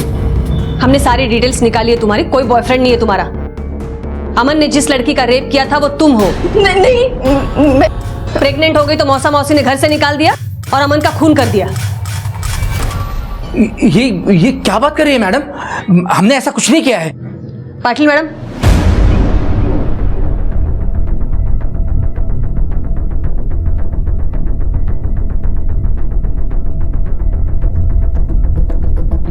पहचानती हो इसे? अब ये बच्चा अनाथ है। खैर तुम्हारे पास तो तुम्हारे मौसा मौसी का घर है रहने के लिए, लेकिन अब इसके नसीब में अनाथ आश्रम और घर घर की ठोकरें हैं। इसका इस बच्चे के साथ कोई संबंध नहीं है। संबंध है, ये बच्चा मेरा है, मैंने पैदा किया इस बच्चे को और किसी को कोई हक नहीं बनता मेरे बच्चे को अनाथ कहने का।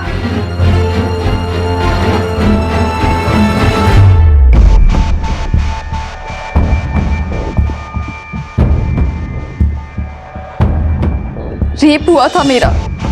कब हुआ था? पिछले नवरात्रे अष्टमी पर जब गरबा खेलने जा रही थी। रेप हुआ था मेरा। कब हुआ था? पिछले नवरात्रे अष्टमी पर जब गरबा खेलने जा रही थी। क्या कहा था उसने? कह रहा था अगर तुम चिल्लाई तो गर्दन रेत देंगे। कहीं वो ये तो नहीं था? नहीं, उस दिन बहुत अंधेरा था, कुछ भी अच्छे से दिखाई नहीं दे रहा था। वो पीछे से आया और मेरे मुंह पर कपड़ा डाल दिया और उसके बाद पर इस लड़के को मैंने कई बार देखा है। जब मौसा जी ने मुझे नए गांव डिलीवरी के लिए भेजा था तब कई बार मैंने इसे रास्ते में देखा था।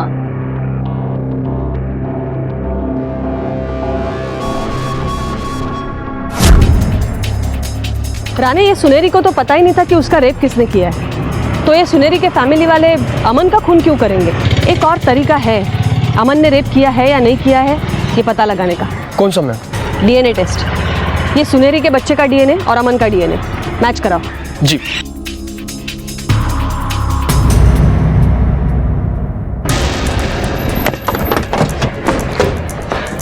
मैम, इस रिपोर्ट के मुताबिक अमन का डीएनए इस बच्चे से मैच नहीं करता। इसका मतलब है रेप अमन ने नहीं किया है, किसी और ने किया है और ये संस्कृति रक्षक का नाटक करके अमन को फंसाया गया है। हो सकता है अमन जानता हो कि रेपिस्ट कौन था और शायद यही बताने के लिए वो सुनेरी से मिला था।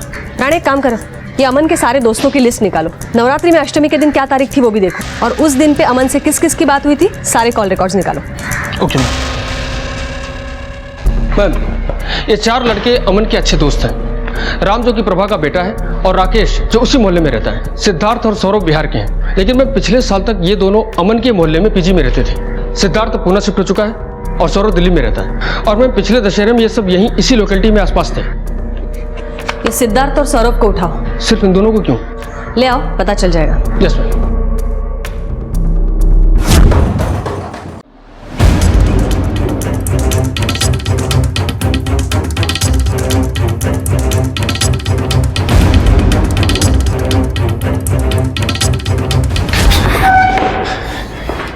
गर्दन रेट देंगे, यही कहा था ना तूने उससे? मैं तो उसी दिन समझ गई थी जिसने रेप किया है वो बिहार का है। अब अमन के 2 दोस्त निकले बिहार के, एक सिद्धार्थ और एक तू। और सिद्धार्थ तो दिल्ली में पला बड़ा है, इसलिए वो गर्दन को गला बोल रहा था। और तू तो 2 साल पहले बिहार से आया है, इसलिए गर्दन ने पीछा नहीं छोड़ा तेरा और फंस गया। अमन के मर्डर के 1 दिन पहले और 1 दिन बाद तूने अपना मोबाइल बंद रखा था क्योंकि कोई ट्रैक ना कर सके, लेकिन तेरा लैपटॉप जब स्कैन किया तब पता चला कि 1 दिन पहले मुंबई की ऑनलाइन टिकट बुक की थी तूने और नवरात्रि में अष्टमी वाले दिन भी सबसे लास्ट तूने ही बात की थी अमन से। देख, अब सच बोल दे वरना तेरा डीएनए तो सच बोल ही देगा। मैडम, मैं दशहरे के पहले दिन से उसे रोज देखता हूँ।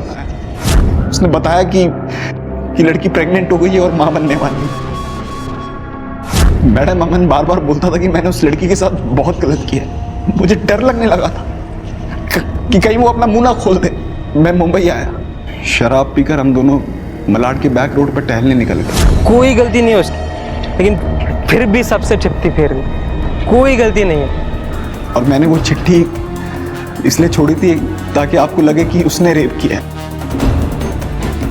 और मर्डर पे आप लोगों का कोई ध्यान ना जाए। एक जुर्म छुपाने के लिए तूने और एक जुर्म किया। 18 साल की लड़की पर बलात्कार किया और अपने दोस्त की भी जान ले ली। तो जैसे इंसान को तो कड़ी से कड़ी सजा मिलनी चाहिए।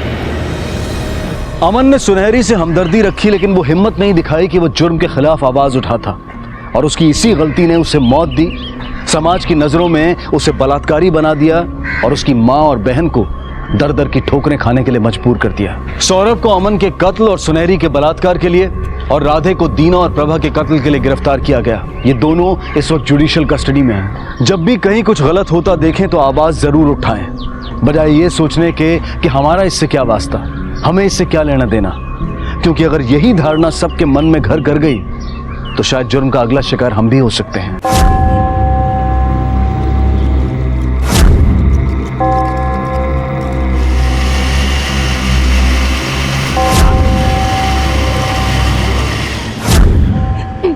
मुझे माफ कर दीजिए, खुदा के वास्ते मुझे माफ कर दीजिए। ये सब ड्रामा बंद कर और निकल यहाँ से। मुझे माफ कर दीजिए मैम, मुझसे बहुत बड़ी गलती हो गई। मैं दोबारा नहीं करूंगी। आप जैसा बोलेंगी मैं वैसे ही करूंगी। बस खुदा के वास्ते मुझे फैक्ट्री में वापस रख लीजिए। सब तो कांड करने से पहले सोचना चाहिए था आसमा। मैं और क्या करती, मैं मजबूर थी। आप तो सब जानती है ना, मैं बहुत दिक्कत में हूँ। मैंने साफ साफ कहा ना, मेरे हाथ में कुछ नहीं है। और हाँ, यहाँ वापस मत आना कभी, समझी तू? मेम साहब, खुदा के वास्ते मुझे काम से मत निकालिए मेम साहब। तुम लोग अंदर जाओ। मेम साहब, खुदा के वास्ते मेम साहब।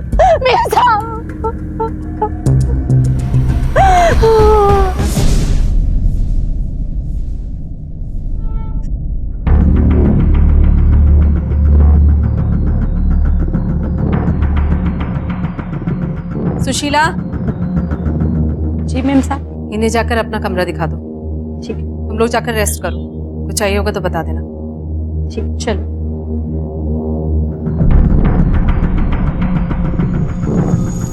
हेलो। हाँ, आ गई है वो दोनों। अब ये सेटिंग भी करके देखती हूँ। और प्लीज तुम किसी को कुछ मत बोलना, वरना प्रॉब्लम हो जाएगी।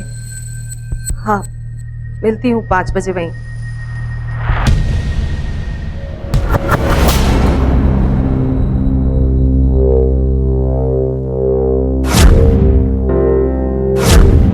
भैया हमारी बात मानो, हमें बस एक बार साहब से मिलने दो, बहुत दिक्कत में है। साहब ने मना किया है, आप अंदर नहीं जा सकते। हमारी गलती क्या है और साहब ऐसा क्यों करे? हमारी बात समझने की कोशिश करिए, हमें बस एक बार। तुम आपकी तय मत।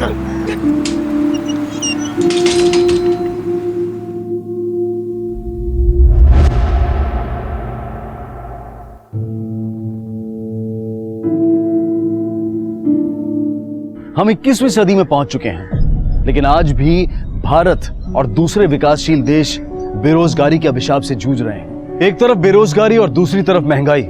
ऐसे में अगर सहारा है तो सिर्फ एक अच्छी नौकरी का, और उसकी तलाश में एक आम आदमी दर दर भटकता है। और अगर कामयाबी मिल जाए तो वो उस नौकरी को अपनी जान से भी ज्यादा बचा कर रखता है।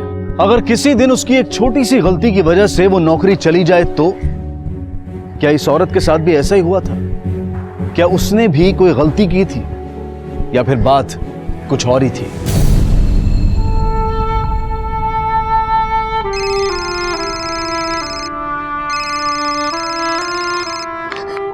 हेलो।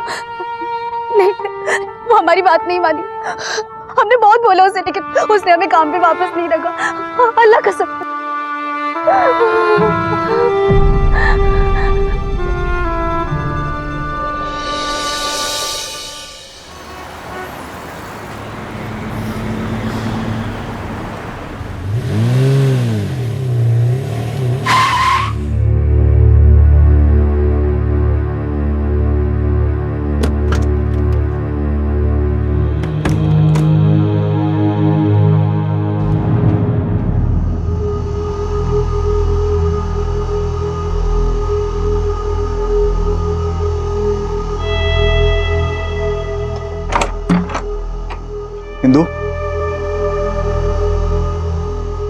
मैनर्स भूल गए हो क्या तुम? बिना नॉक किए अंदर कैसे आ गए? शायद तुम भूल गई हो कि हम दोनों का बेडरूम है। ये नया नाटक क्या है? ये दोनों औरतें यहाँ पे क्यों आई है? अब क्या हुआ? क्या बात कर रहे हो? मॉम डैड प्लीज, अब आप लोग बस भी करोगे? आप लोग को पता है ना कि वो दोनों भी बाहर है। अरे बेटा तुम क्यों चिंता करती हो नमिता? तुम ये सब अपना डियरेस्ट डैडी पे छोड़ दो। ठीक है, छोड़ दिया, लेकिन पेट के चूहे तो नहीं छोड़ रहे ना? बहुत भूख लग रही है डैड, हम तीनों बाहर कहीं डिनर पे चले? हाँ चलते हैं।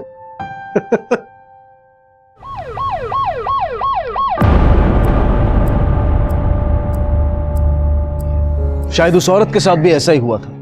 नौकरी वापस ना मिलने की वजह से वो इतनी मजबूर हो गई थी कि उसने शराब का सहारा लेना चाहा। पुलिस ने उस औरत की लाश को पोस्टमार्टम के लिए भेज दिया, पर अब सबसे बड़ा सवाल यह था कि ये औरत कौन थी और इसकी हत्या किसने की थी।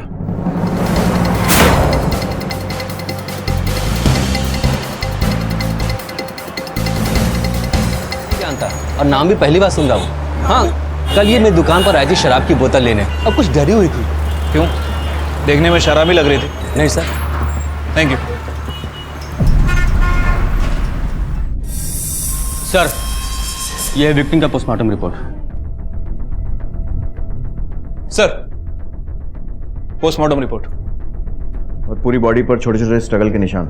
हाँ सर, और पुराने घाव भी हैं और सिगरेट के निशान तो जगह जगह हैं। मतलब इसके साथ बहुत सालों से बुरा बर्ताव हो रहा था। हाँ सर, वो शराब की दुकान का मालिक भी कह रहा था कि वो देखने में काफी डरी डरी लग रही थी। सर, पोस्टमार्टम रिपोर्ट के हिसाब से उसकी बॉडी में अल्कोहल नहीं मिला है। सर, इसका मतलब ये हुआ कि मर्डर के 24 घंटे पहले तक उसने शराब को हाथ भी नहीं लगाया था। उसके फोन से कुछ मिला? नहीं सर, फोन पूरी हो सकता है वो वहीं की रहने वाली हो। तुम दादरी जाओ और वहां की पुलिस से कांटेक्ट करो। उनकी मदद से तुम्हें इसके घर का पता मिल सकता है, क्योंकि दादरी बहुत छोटी सी जगह है। मुझे लग रहा है कि इस टिकट और उसके मर्डर में कोई ना कोई कनेक्शन तो है। Okay sir.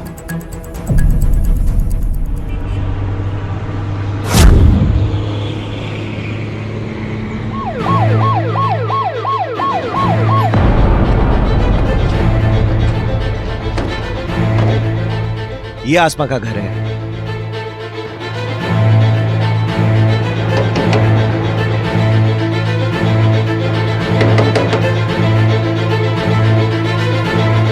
बेटा, आसमा अंसारी का घर यही है? अरे कौन है? मुंह क्यों नहीं खोलती? क्यों नहीं खोली? तुम आसमा के पति हो? हाँ तो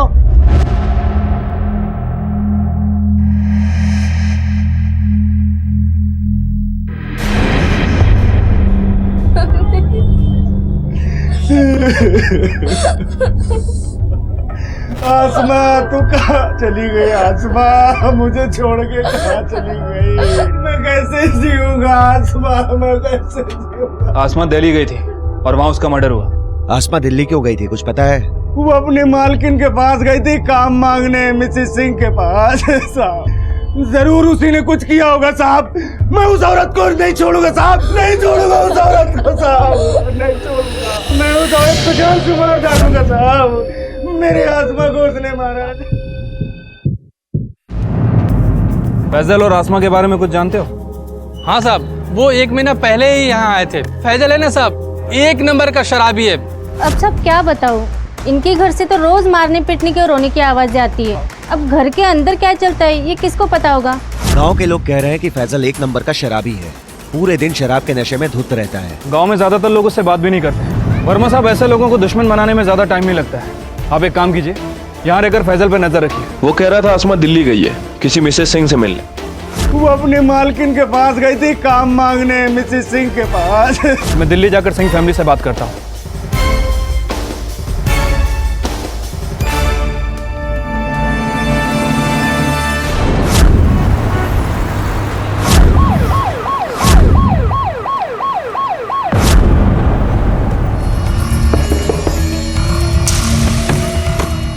सिंह जी, इसे जानती हैं?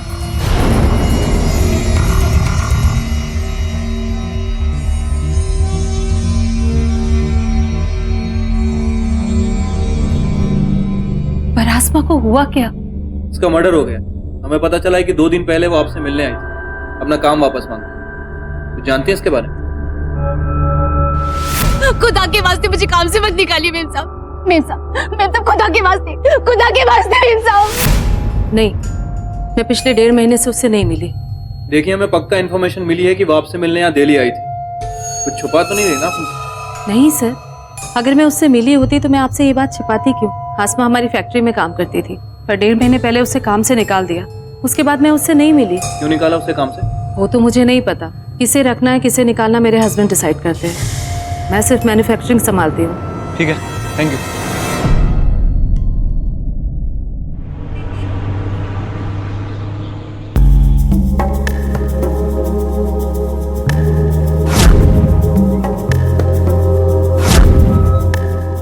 ये कमल सिंह का ऑफिस किधर है? आसमा का खून हो गया? अरे बाप रे, ये तो बड़ी दुख की बात है। कहीं आपका ये मानना तो नहीं है कि उसके खून के पीछे मेरा हाथ है? देखिए सर जी, वो मेरे फैक्ट्री में काम करती थी बस। आसमा को फैक्ट्री से क्यों निकाला आपने? कामचोर थी, असल में उसको नौकरी करनी नहीं थी। आसमा काम मांगने वापस आई थी ना? तो फिर तुम्हारा वॉचमैन ये क्यों कह रहा था कि उसके मर्डर के 2-3 घंटे पहले वो तुमसे मिलने आई थी? हो सकता है आई होगी, लेकिन मुझसे नहीं मिली। आप चाहिए तो सीसीटीवी फुटेज चेक कर लीजिए। वो तो हम चेक करेंगे। फिलहाल हमें आपके फैक्ट्री के वर्कर से बात करनी है। बिल्कुल सर जी, अरे पूरी फैक्ट्री आपकी है, आप जिसे चाहे जो चाहे पूछ सकते हो। कहीं जाने की तैयारी है क्या? जा नहीं रहा हूं, बस जाते रहता हूं काम के सिलसिले में, इसलिए तैयार रखा है, बस उठाया चल पड़ा। ठीक है जी। सर जी, आसमा तो बहुत मेहनती लड़की थी और उसका वो पति, वो तो घर पे बैठा रहता और उसके पैसे पे सिर्फ दारू पीता रहता था। और अगर वो पैसे ना देती तो बेचारी को बहुत मारता था। वो अपनी बेटी को भी पढ़ा रही थी और अपने पति का खर्चा भी उठा रही थी, और उसके लिए ये नौकरी वापस मिलना बहुत जरूरी था। 1 नंबर की कामचोर थी वो, हमेशा मीम साहब और साहब जी को मस्का लगाती रहती थी। इस फैक्ट्री में काम का माहौल कैसा है? कमल और इंदु अच्छे लोग हैं ना? अच्छे नहीं साहब, वो लोग तो बहुत अच्छे हैं, और खासकर कमल साहब, वो तो हम सबको अपने परिवार की तरह मानते हैं। बस उनकी यही बात इंदु मैम साहब को ज्यादा पसंद नहीं। कब से काम कर रही हैं यहाँ पे? कुछ 2-3 महीनों से। पर क्या? कुछ नहीं सर। बोलिए, क्या बोलना चाहती हैं?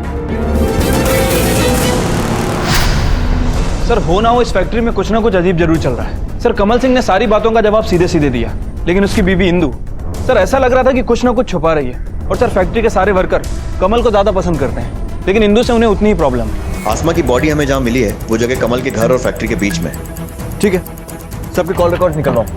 कोई तो ऐसा होगा जो आसमा से टच में था और जानबूझकर हमसे छुपा रहा है। आसमा के कॉल रिकॉर्ड आ गए? फिलहाल तो नहीं सर, थोड़ा वक्त लगेगा। जैसे आते हैं मुझे बताओ। Okay sir.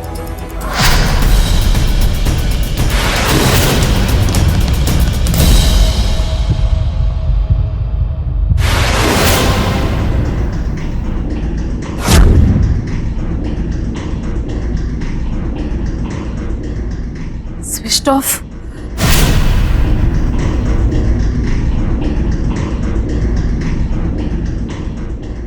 क्यों बंद कर रखा है?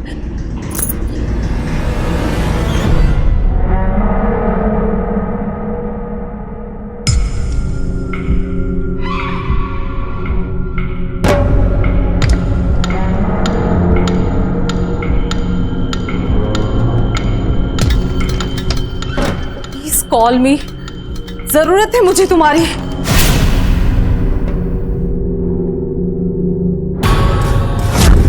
कहाँ हो तुम?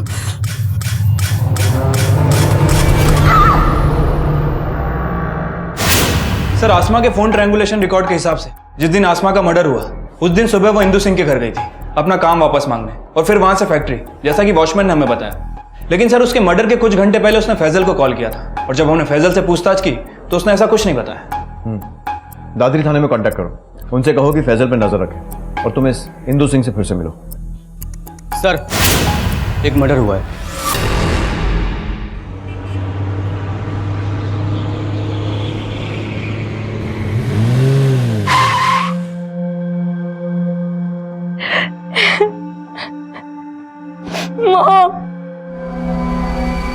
सच को चाहे जितना मर्जी छुपा लिया जाए, लेकिन एक ना एक दिन वो बाहर आ ही जाता है, और इंदु सिंह के झूठ का सच भी बाहर आ चुका था।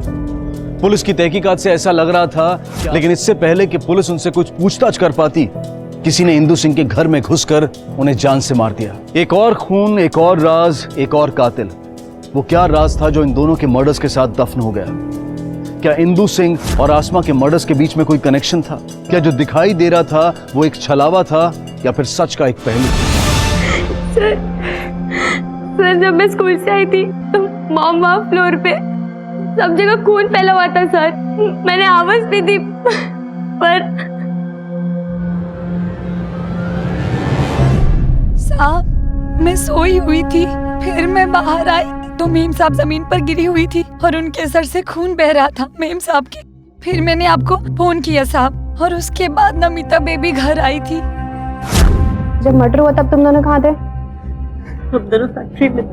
पता नहीं साहब हिंदू के साथ ये सब किसने किया। थोड़ा ऊंचा बोलती थी, गुस्सा बड़ा जल्दी आता, लेकिन गुस्से के लिए कोई इसको मार दे ऐसा तो नहीं लगता। अस्मा दादरी से दिल्ली आती है अपनी नौकरी वापस मांगने, इंदु सिंह से मिलती है, लेकिन इंदु हमसे ये बात छुपाती है। मैं पिछले 1.5 महीने से उससे नहीं मिली।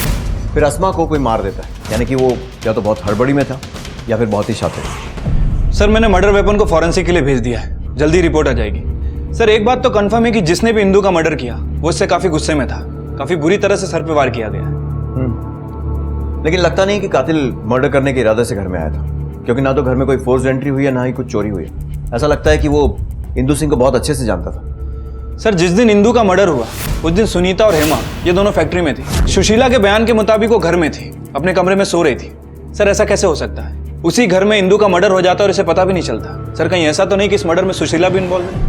हो सकता है, लेकिन इसके अलावा और भी बहुत सारे लोग हैं जिनके पास मोटिव था इंदु सिंह का मर्डर करने का। आसमा का पति फैजल, या फिर फैक्ट्री का कोई वर्कर, या फिर सुनीता या हेमा। सर सुनीता और हेमा इन दोनों को इंदु ही अपने घर लेकर गई थी। सर ये दोनों ऐसा क्यों करेंगी? अजीब बात तो वही है कि फैक्ट्री के सिर्फ 2 ही वर्कर्स क्यों उसके घर में रह रहे थे। इन सब पे नजर रखो, पता करो कि ये कहाँ जाते हैं, किससे मिलते हैं। फैजल का फोटो लो और आसपास पूछताछ करो, और दादरी पुलिस स्टेशन में कहो कि पता करें कि फैजल इंदु सिंह के मर्डर के टाइम पर कहाँ था। Okay sir. हाँ सर, एक लड़के को देखा था, हाँ उनके दरवाजे पर खड़े होकर उनके घर को घूरता रहता था। मैंने 1-2 बार पूछा भी, लेकिन वो भाग गया।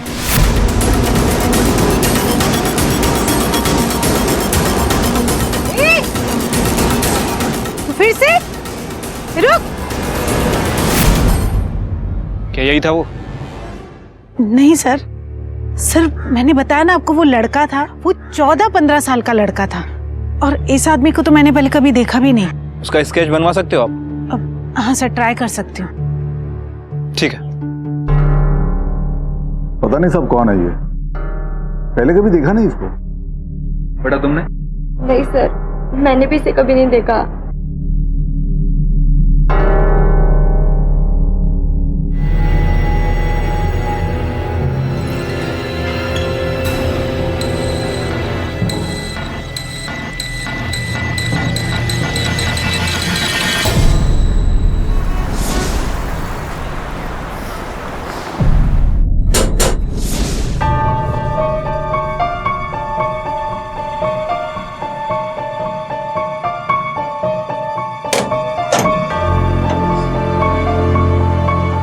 फैजल कहाँ है? अब्बू तो बाहर गए हैं। पिछले 2 दिन से हम अकेले हैं। ये चोट कैसे आई? सना तुम यहाँ पे नहीं रह सकती, लेके चलो इसे।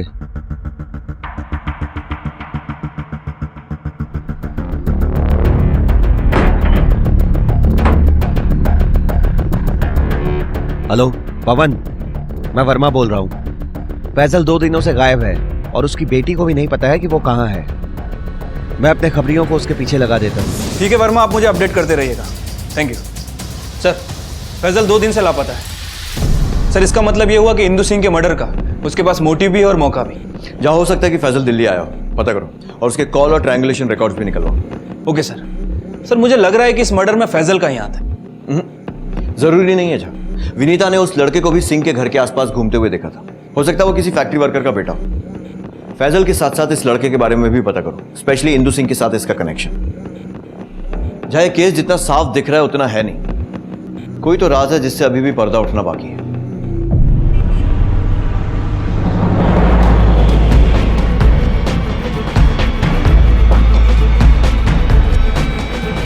साहब, हम किसी मुसीबत में नहीं पड़ना चाहते। देखिए, अगर आप सच बोल रही हैं तो आपको कुछ नहीं होगा, लेकिन अगर हमें पता चला कि आप कुछ झूठ बोल रही हैं तो फिर आपके लिए अच्छा नहीं होगा। नहीं नहीं साहब, हम सच बताते हैं। हम जानते हैं आसमा को नौकरी से क्यों निकाला था। हमने दूसरे औरतों की बात सुनी थी। क्या हुआ था? मुझे पता है सर ने आसमा को नौकरी से क्यों निकाला। वो क्या है ना, कमल सर अब उससे ऊब गए थे, क्योंकि अब हम जो आ गए उनके पास। हेमा सच कह रही थी, हमने कमल साहब और हेमा को साथ देखा था।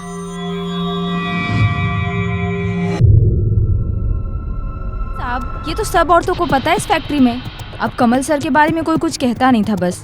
कमल की वाइफ इंदु जानती थी इस बारे में? हाँ, उन्हें इस बात से कोई दिक्कत भी नहीं थी, तभी तो वो हमें अपने साथ घर लेके गई। लेकिन इंदु हेमा और सुनीता को अपने घर लेकर क्यों गई? सर जी, हेमा को तो मैडम सर के लिए ही लेकर गई थी, और सुनीता तो उनकी खबरी थी। फैक्ट्री में सर पे नजर रखती थी और घर जाके मैडम को खबर देती थी। और एक दिन कमल सर की नजर सुनीता पे भी पड़ गई।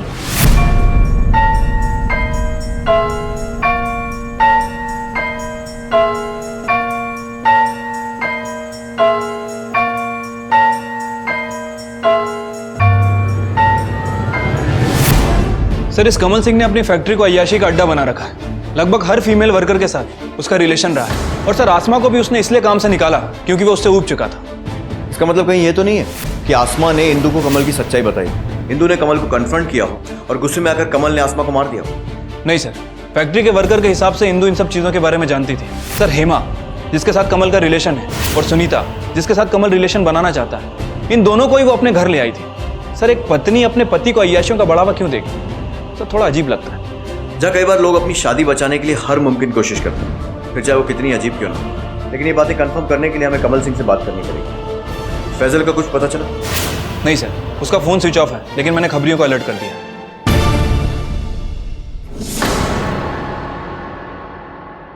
लीजिए सब, पानी लीजिए। और क्या पियेंगे, चाय कॉफी? वो सब छोड़िए मिस्टर कमल, और सीधे सीधे हमारे सवालों के जवाब दीजिए। ये बताइए कि क्या फैक्ट्री में काम करने वाली औरतों के साथ आपके संबंध थे?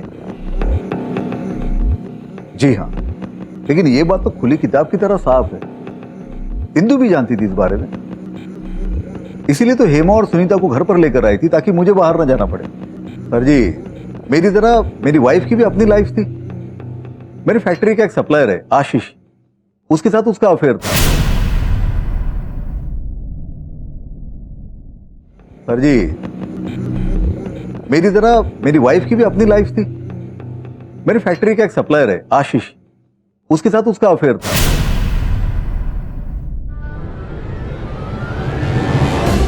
बेटा डरो मत, खुलकर बताओ, पापा मम्मी बहुत लड़ते थे? लड़ते थे सर, पर कपल्स के बीच लड़ाई होना तो नॉर्मल है ना। मॉम डैड की अपनी अपनी लाइफ थी, it's not a big deal. आजकल डिवोर्स होना या अलग होना कोई बड़ी बात नहीं है। फिर मॉम डैड इस शादी में सिर्फ मेरे लिए ही साथ में थे। जब भी डैड घर से बाहर जाते थे, मैं उन्हें बहुत मिस करती थी। इसके लिए मॉम ने ये सब किया, डैड ज़्यादातर घर पे रहे, और इसलिए मॉम हेमा और सुनीता को घर ले आई। दोनों पति पत्नी को एक दूसरे के जीने के अंदाज से कोई परेशानी नहीं थी, तो फिर इंदु सिंह का मर्डर किस कारण से हुआ था? और यह आशीष कौन था? आखिर क्या कनेक्शन था फैक्ट्री की मालकिन और उसी फैक्ट्री के वर्कर के मर्डर के बीच? पुलिस पता कर रही थी, लेकिन अब तक की तहकीकात और सारे सबूत इशारा कर रहे थे फैजल की तरफ। पुलिस फैजल को ढूंढ रही थी और आखिरकार उन्हें फैजल के बारे में एक टिप मिली। अरे एक चाय देना भाई। अरे एक चाय दो यार, कब से मांग रहे हैं।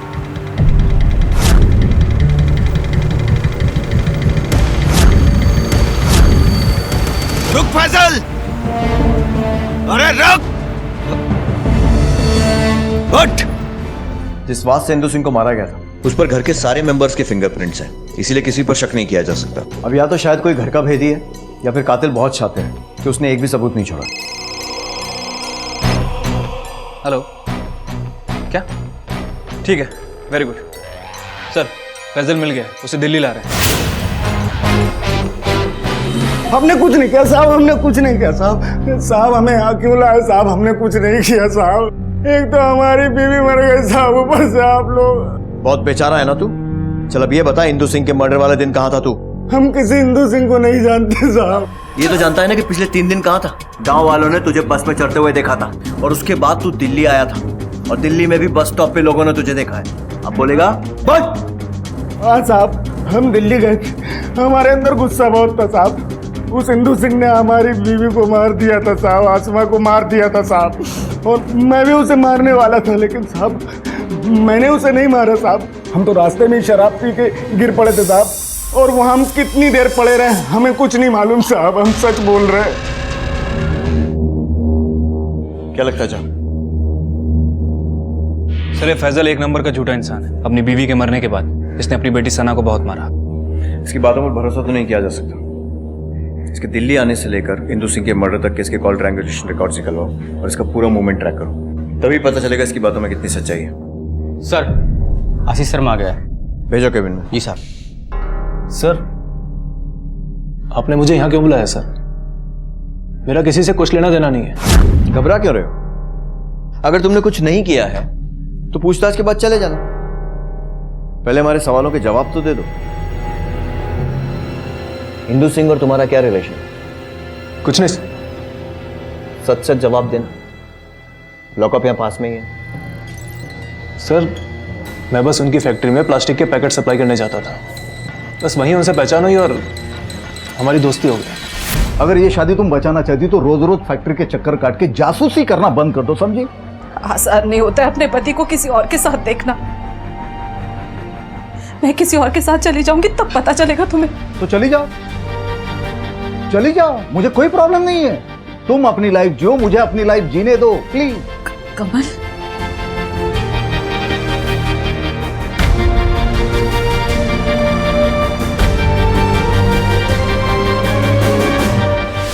और फिर बात दोस्ती से आगे बढ़ गई और तुम दोनों में अफेयर हो गया। नहीं सर। लेकिन जब तुम्हें पता चला कि इंदू तुमसे नहीं बल्कि अपने पति कमल से प्यार करती है तो तुम्हें गुस्सा आ गया और तुमने उसे मार दिया। नहीं सर, मैंने ऐसा कुछ नहीं किया सर। मेरे और इंदू के बीच में दोस्ती से ज्यादा और कुछ नहीं था सर। या तो तुम झूठ बोल रहे हो या फिर वो लोग जिन्होंने तुम दोनों को साथ में देखा था। इंदू का पति कमल सिंह और ये इंदू के फोन कॉल रिकॉर्ड्स, क्या ये सब झूठ है? सर ना तो वो झूठे हैं और ना मैं। अफेयर का झूठा नाटक। इंदु तुम पागल हो गई हो क्या? आशीष प्लीज, मेरे लिए, हमारी दोस्ती के लिए। कमल को जब ये पता चलेगा कि हम दोनों साथ हैं तो उसे मेरी इंपॉर्टेंस रियलाइज होगी और वो मेरे पास वापस आ सकता है। तुम्हें मेरे इस नाटक में साथ देना होगा आशीष, प्लीज। सर मैं ये नाटक नहीं करना चाहता था, लेकिन दोस्ती की खातिर मैं मान गया। कमल और बाकी सब लोगों को लगने लगा कि इंदु और मेरे बीच में कुछ है, लेकिन सर वही हुआ जो मैंने सोचा था। कमल को इस बात से कोई फर्क ही नहीं पड़ा, बल्कि उसकी अय्याशियां तो और ज्यादा बढ़ गई। सर मैंने इंदु से कहा था कि हमें ये नाटक बंद कर देना चाहिए, लेकिन वो नहीं मानी। अच्छी कहानी है, लेकिन अगर तुमने इंदु को नहीं मारा तो उसके मरने के ठीक 1 दिन पहले अपना फोन स्विच ऑफ क्यों कर लिया था और डिस्कनेक्ट भी करवा दिया? सर वो उन दिनों मेरे फोन पे अचानक बहुत सारे ब्लैंक कॉल्स आने लगे थे, वो भी अलग अलग लैंडलाइन नंबर से। सर मैंने उसकी पुलिस कंप्लेंट भी की थी, लेकिन वो नंबर ट्रेस नहीं हो पाए, इसीलिए मैंने अपना नंबर डिस्कनेक्ट किया और नया नंबर ले लिया। फिर कुछ दिन के लिए मैं शहर से बाहर गया बिजनेस के काम से, और जब मैं वापस आया तो मुझे इंदु के बारे में पता चला। मुझे बहुत बुरा लगा सर। ठीक है, फिलहाल के लिए जा सकते हो, लेकिन शहर छोड़कर मत जाना। जी सर।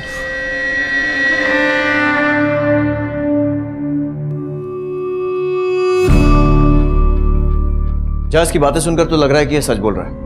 पता करो कि आशीष को ये ब्लैंक कॉल किस एरिया से आते थे और कौन करता था। शायद इंदु सिंह के मर्डर से कुछ रिलेटेड हो। Okay sir. पुलिस के पास सस्पेक्ट्स की लंबी लिस्ट थी, लेकिन उनमें से एक के भी खिलाफ कोई ठोस सबूत नहीं था। इस कोहरे को हटाने के लिए पुलिस ने दोबारा पूछताछ शुरू की।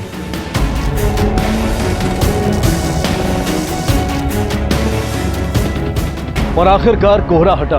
पूछताछ करने के बाद पुलिस को 2 सुराग मिले और दोनों को फॉलो करने के बाद जो सच सामने आया वो बेहद चौंका देने वाला था। सर आशीष को जितने भी ब्लैंक कॉल आए थे वो एक ही एरिया के अलग अलग पीसीओ से किए गए थे। सर उनमें से एक पीसीओ के मालिक ने इस लड़के को पहचान लिया। सर ये वही लड़का है जो आशीष को बार बार कॉल कर रहा था। हमारी एक टीम उस एरिया में इस लड़के के बारे में पूछताछ कर रही है। सर उम्मीद है कुछ हाथ लगे। जहाँ आशीष और इस लड़के के बीच में जरूर कुछ हुआ होगा, शायद इंदु सिंह को लेकर, इसीलिए ये इंदु सिंह के घर के आसपास भी छुपा हुआ था। हो सकता है कि इंदु सिंह के मर्डर में इसका कुछ हाथ हो, लेकिन इसका मोटिव क्या हो सकता? और कहीं ऐसा तो नहीं है कि आसमा के खून से भी इसका कुछ लेना देना है? इन सारे सवालों के जवाब अब यही दे पाएगा। सना, क्या तुम्हारे अब्बू तुम्हारी अम्मी को मारते थे? हाँ साहब, रोज मारते थे। जब अम्मी की नौकरी चली गई तो अब्बू ने कहा कि जब तक नौकरी वापस ना आए घर ना आना, इसलिए अम्मी दिल्ली चली गई। ये कब की बात है? साहब अम्मी की मौत के एक दिन पहले।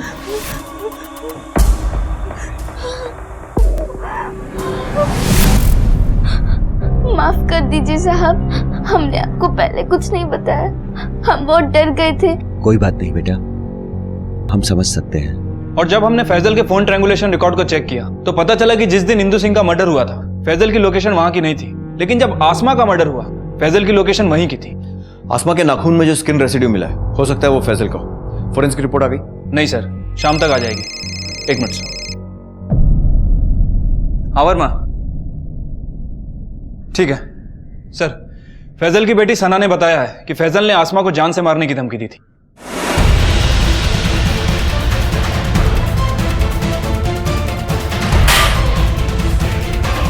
माफ कर दो साहब, माफ कर दो। क्यों मजा नहीं आ रहा है?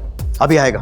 जब सिगरेट से जलाकर निशान बनाएंगे ना तो बहुत मजा आएगा। साहब मत मारो साहब, मत मारो साहब। देख, फोरेंसिक रिपोर्ट आने के पहले सब कुछ सच सच बता दे, वरना पूरी बॉडी पर इतने निशान बनाऊंगा सिगरेट से कि गिनती भूल जाएगा। चल बोल। साहब हम सच बोल रहे हैं, हमने कुछ नहीं किया साहब, माफ कर दो साहब। तू ऐसे नहीं बोलेगा ना? जा सर, एक सिगरेट और लाइटर लेकर आ। साहब रुको साहब, हम सब बता रहे हैं, सच बता रहे हैं साहब, सिगरेट से मत जलाना साहब। साहब आसमा ने हमसे कहा कि वो हमारे लिए शराब लेके आएगी और नौकरी भी करेगी। जबान संभाल के बात कर। साहब हम उसको मारना नहीं चाहते थे, लेकिन वो बोली उसे नौकरी नहीं मिल रही है। हमने क्या किया? वो लड़का हमारे मारने। चुप, तू किसी काम के नहीं है तुझे तो। अरे तुमने क्या किया हमारे लिए? जिंदगी भर बस शराब पिया और हमें मारा है, इसके अलावा। सीधे से ये बता कि इंदु सिंह का खून कैसे किया? साहब हमने इंदु सिंह को नहीं मारा है साहब, हम सच बोल रहे हैं साहब, हमने इंदु सिंह को नहीं मारा। जहाँ मुझे लगता है कि फैजल शायद सच बोल रहा है और इंदु सिंह का मर्डर किसी और ने ही किया है। उस लड़के के बारे में पता करो, एरिया को दोबारा छानो और खबरियों को एक्टिव करो। अब ये लड़का ही हमें सच तक पहुंचाएगा। ठीक से याद करके बताओ कि क्या पहना था उसने। कुछ अजीब बात नोटिस की तुमने? हाँ सर जी, एक बार वो स्कूल यूनिफॉर्म में आया था कॉल करने के लिए। क्या हुआ, इतना डर क्यों रहा है? कुछ नहीं। सर उस लड़के का पता चल गया है, वो जीएस प्राइवेट स्कूल में पढ़ता है और सर स्कूल वालों ने कंफर्म किया है कि ये उन्हीं के स्कूल की यूनिफॉर्म है। तो पकड़ में आ ही गया तू। चल बोल, इंदु सिंह को क्यों मारा? सर मैंने किसी को नहीं मारा। देख, तुझे उसके घर के आसपास देखा गया, छुप छुप कर ताकाझाकी करता था ना, और आशीष को भी ब्लैंक कॉल्स तूने ही किए थे। छुपाने से अब कुछ नहीं होगा, सीधे से बता दे क्यों मारा उसे। सर मैं मानता हूँ मैं उन्हें मारने वाला था, पर फिर मैंने उन्हें नहीं मारा। चल ठीक है, मान लिया कि तूने नहीं मारा, लेकिन तू मारने वाला था।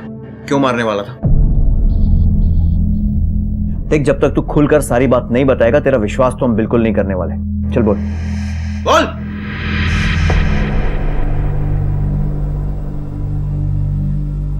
सर मैं एक बहुत अच्छा स्टूडेंट हूँ सर, स्कॉलरशिप के बेसिस पे मुझे स्कूल में एडमिशन मिला, पर दूसरे बच्चों की तरह मैं अमीर नहीं हूँ, इसलिए महंगी चीजें नहीं खरीद सकता सर इसलिए उसने मुझे पैसों का लालच दिया। अरे पर मैं कैसे? तुम्हें पैसे चाहिए ना, वो मैं तुम्हें हर महीने दे दूंगी, बस तुम्हें मेरी मॉम को जान से मारना होगा।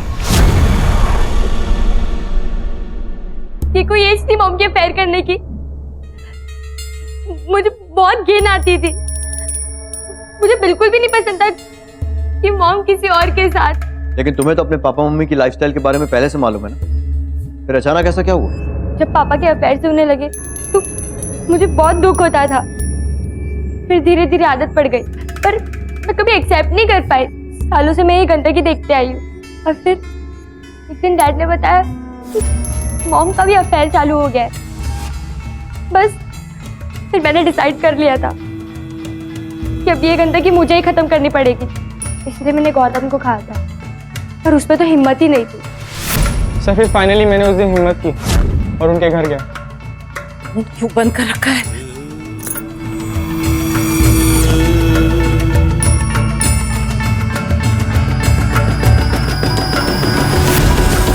गौतम को मैंने कब से बोला हुआ था, पर वो कुछ कर ही नहीं रहा था, और मॉम ने भी सारी बेशर्मी की हदें पार कर दी थी। उस दिन जब मैं स्कूल से लौटी तो मॉम उस आशीष के लिए बेचैन हो रही थी। प्लीज कॉल मी, जरूरत है मुझे तुम्हारी। तुम्हारी बीवी का कभी अफेयर था ही नहीं, वो सिर्फ ये शादी बचाना चाहती थी और इसलिए उसने तुमसे झूठ बोला था कि शायद तुम्हें अपनी गलती का एहसास हो और तुम वापस आ जाओ। तुम कमल सिंह, इस सब के लिए तुम जिम्मेदार हो। तुम्हारी इस अय्याशी के कारण 2 जाने गई और अब तुम्हारी बेटी जेल में सड़ेगी। अपने मर्द होने का बहुत फायदा उठाया तुम और बहुत मनमानी भी की। अफसोस की बात यह है कि कानून में तुम जैसे लोगों के लिए कोई सजा नहीं है। लेके चलो इसे। अय्याशी की एक आदमी ने, लेकिन उसका फल भुगतना पड़ा कई जिंदगियों को।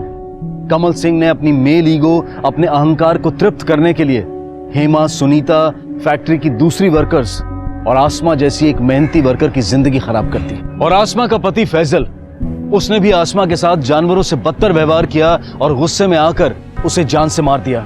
एक तरफ थी सना, जो अपनी अम्मी के मरने और अब्बू के जेल जाने के बाद इस भरी दुनिया में अकेली रह गई थी, और दूसरी तरफ थी नमिता, जिसे इस गंदगी ने गुनहगार बना दिया था। और ये सब सिर्फ इसलिए क्योंकि एक आदमी ने अपने मर्द होने का फायदा उठाया और न जाने कितनी ही जिंदगियों के साथ खिलवाड़ किया। अब मैं अनूप सोनी आपसे विदा लेता हूं, फिर मुलाकात होगी अगले एपिसोड में एक और चौंका देने वाले केस के साथ। तब तक अपना और अपने परिवार का ख्याल रखें और देखते रहें क्राइम पेट्रोल डायल 100। सबक एक को, सीख हम सबको। जय हिंद। क्राइम पेट्रोल के और भी दिलचस्प कहानी देखने के लिए हमारे चैनल को सब्सक्राइब करें और बेल आइकॉन दबाना न भूलें।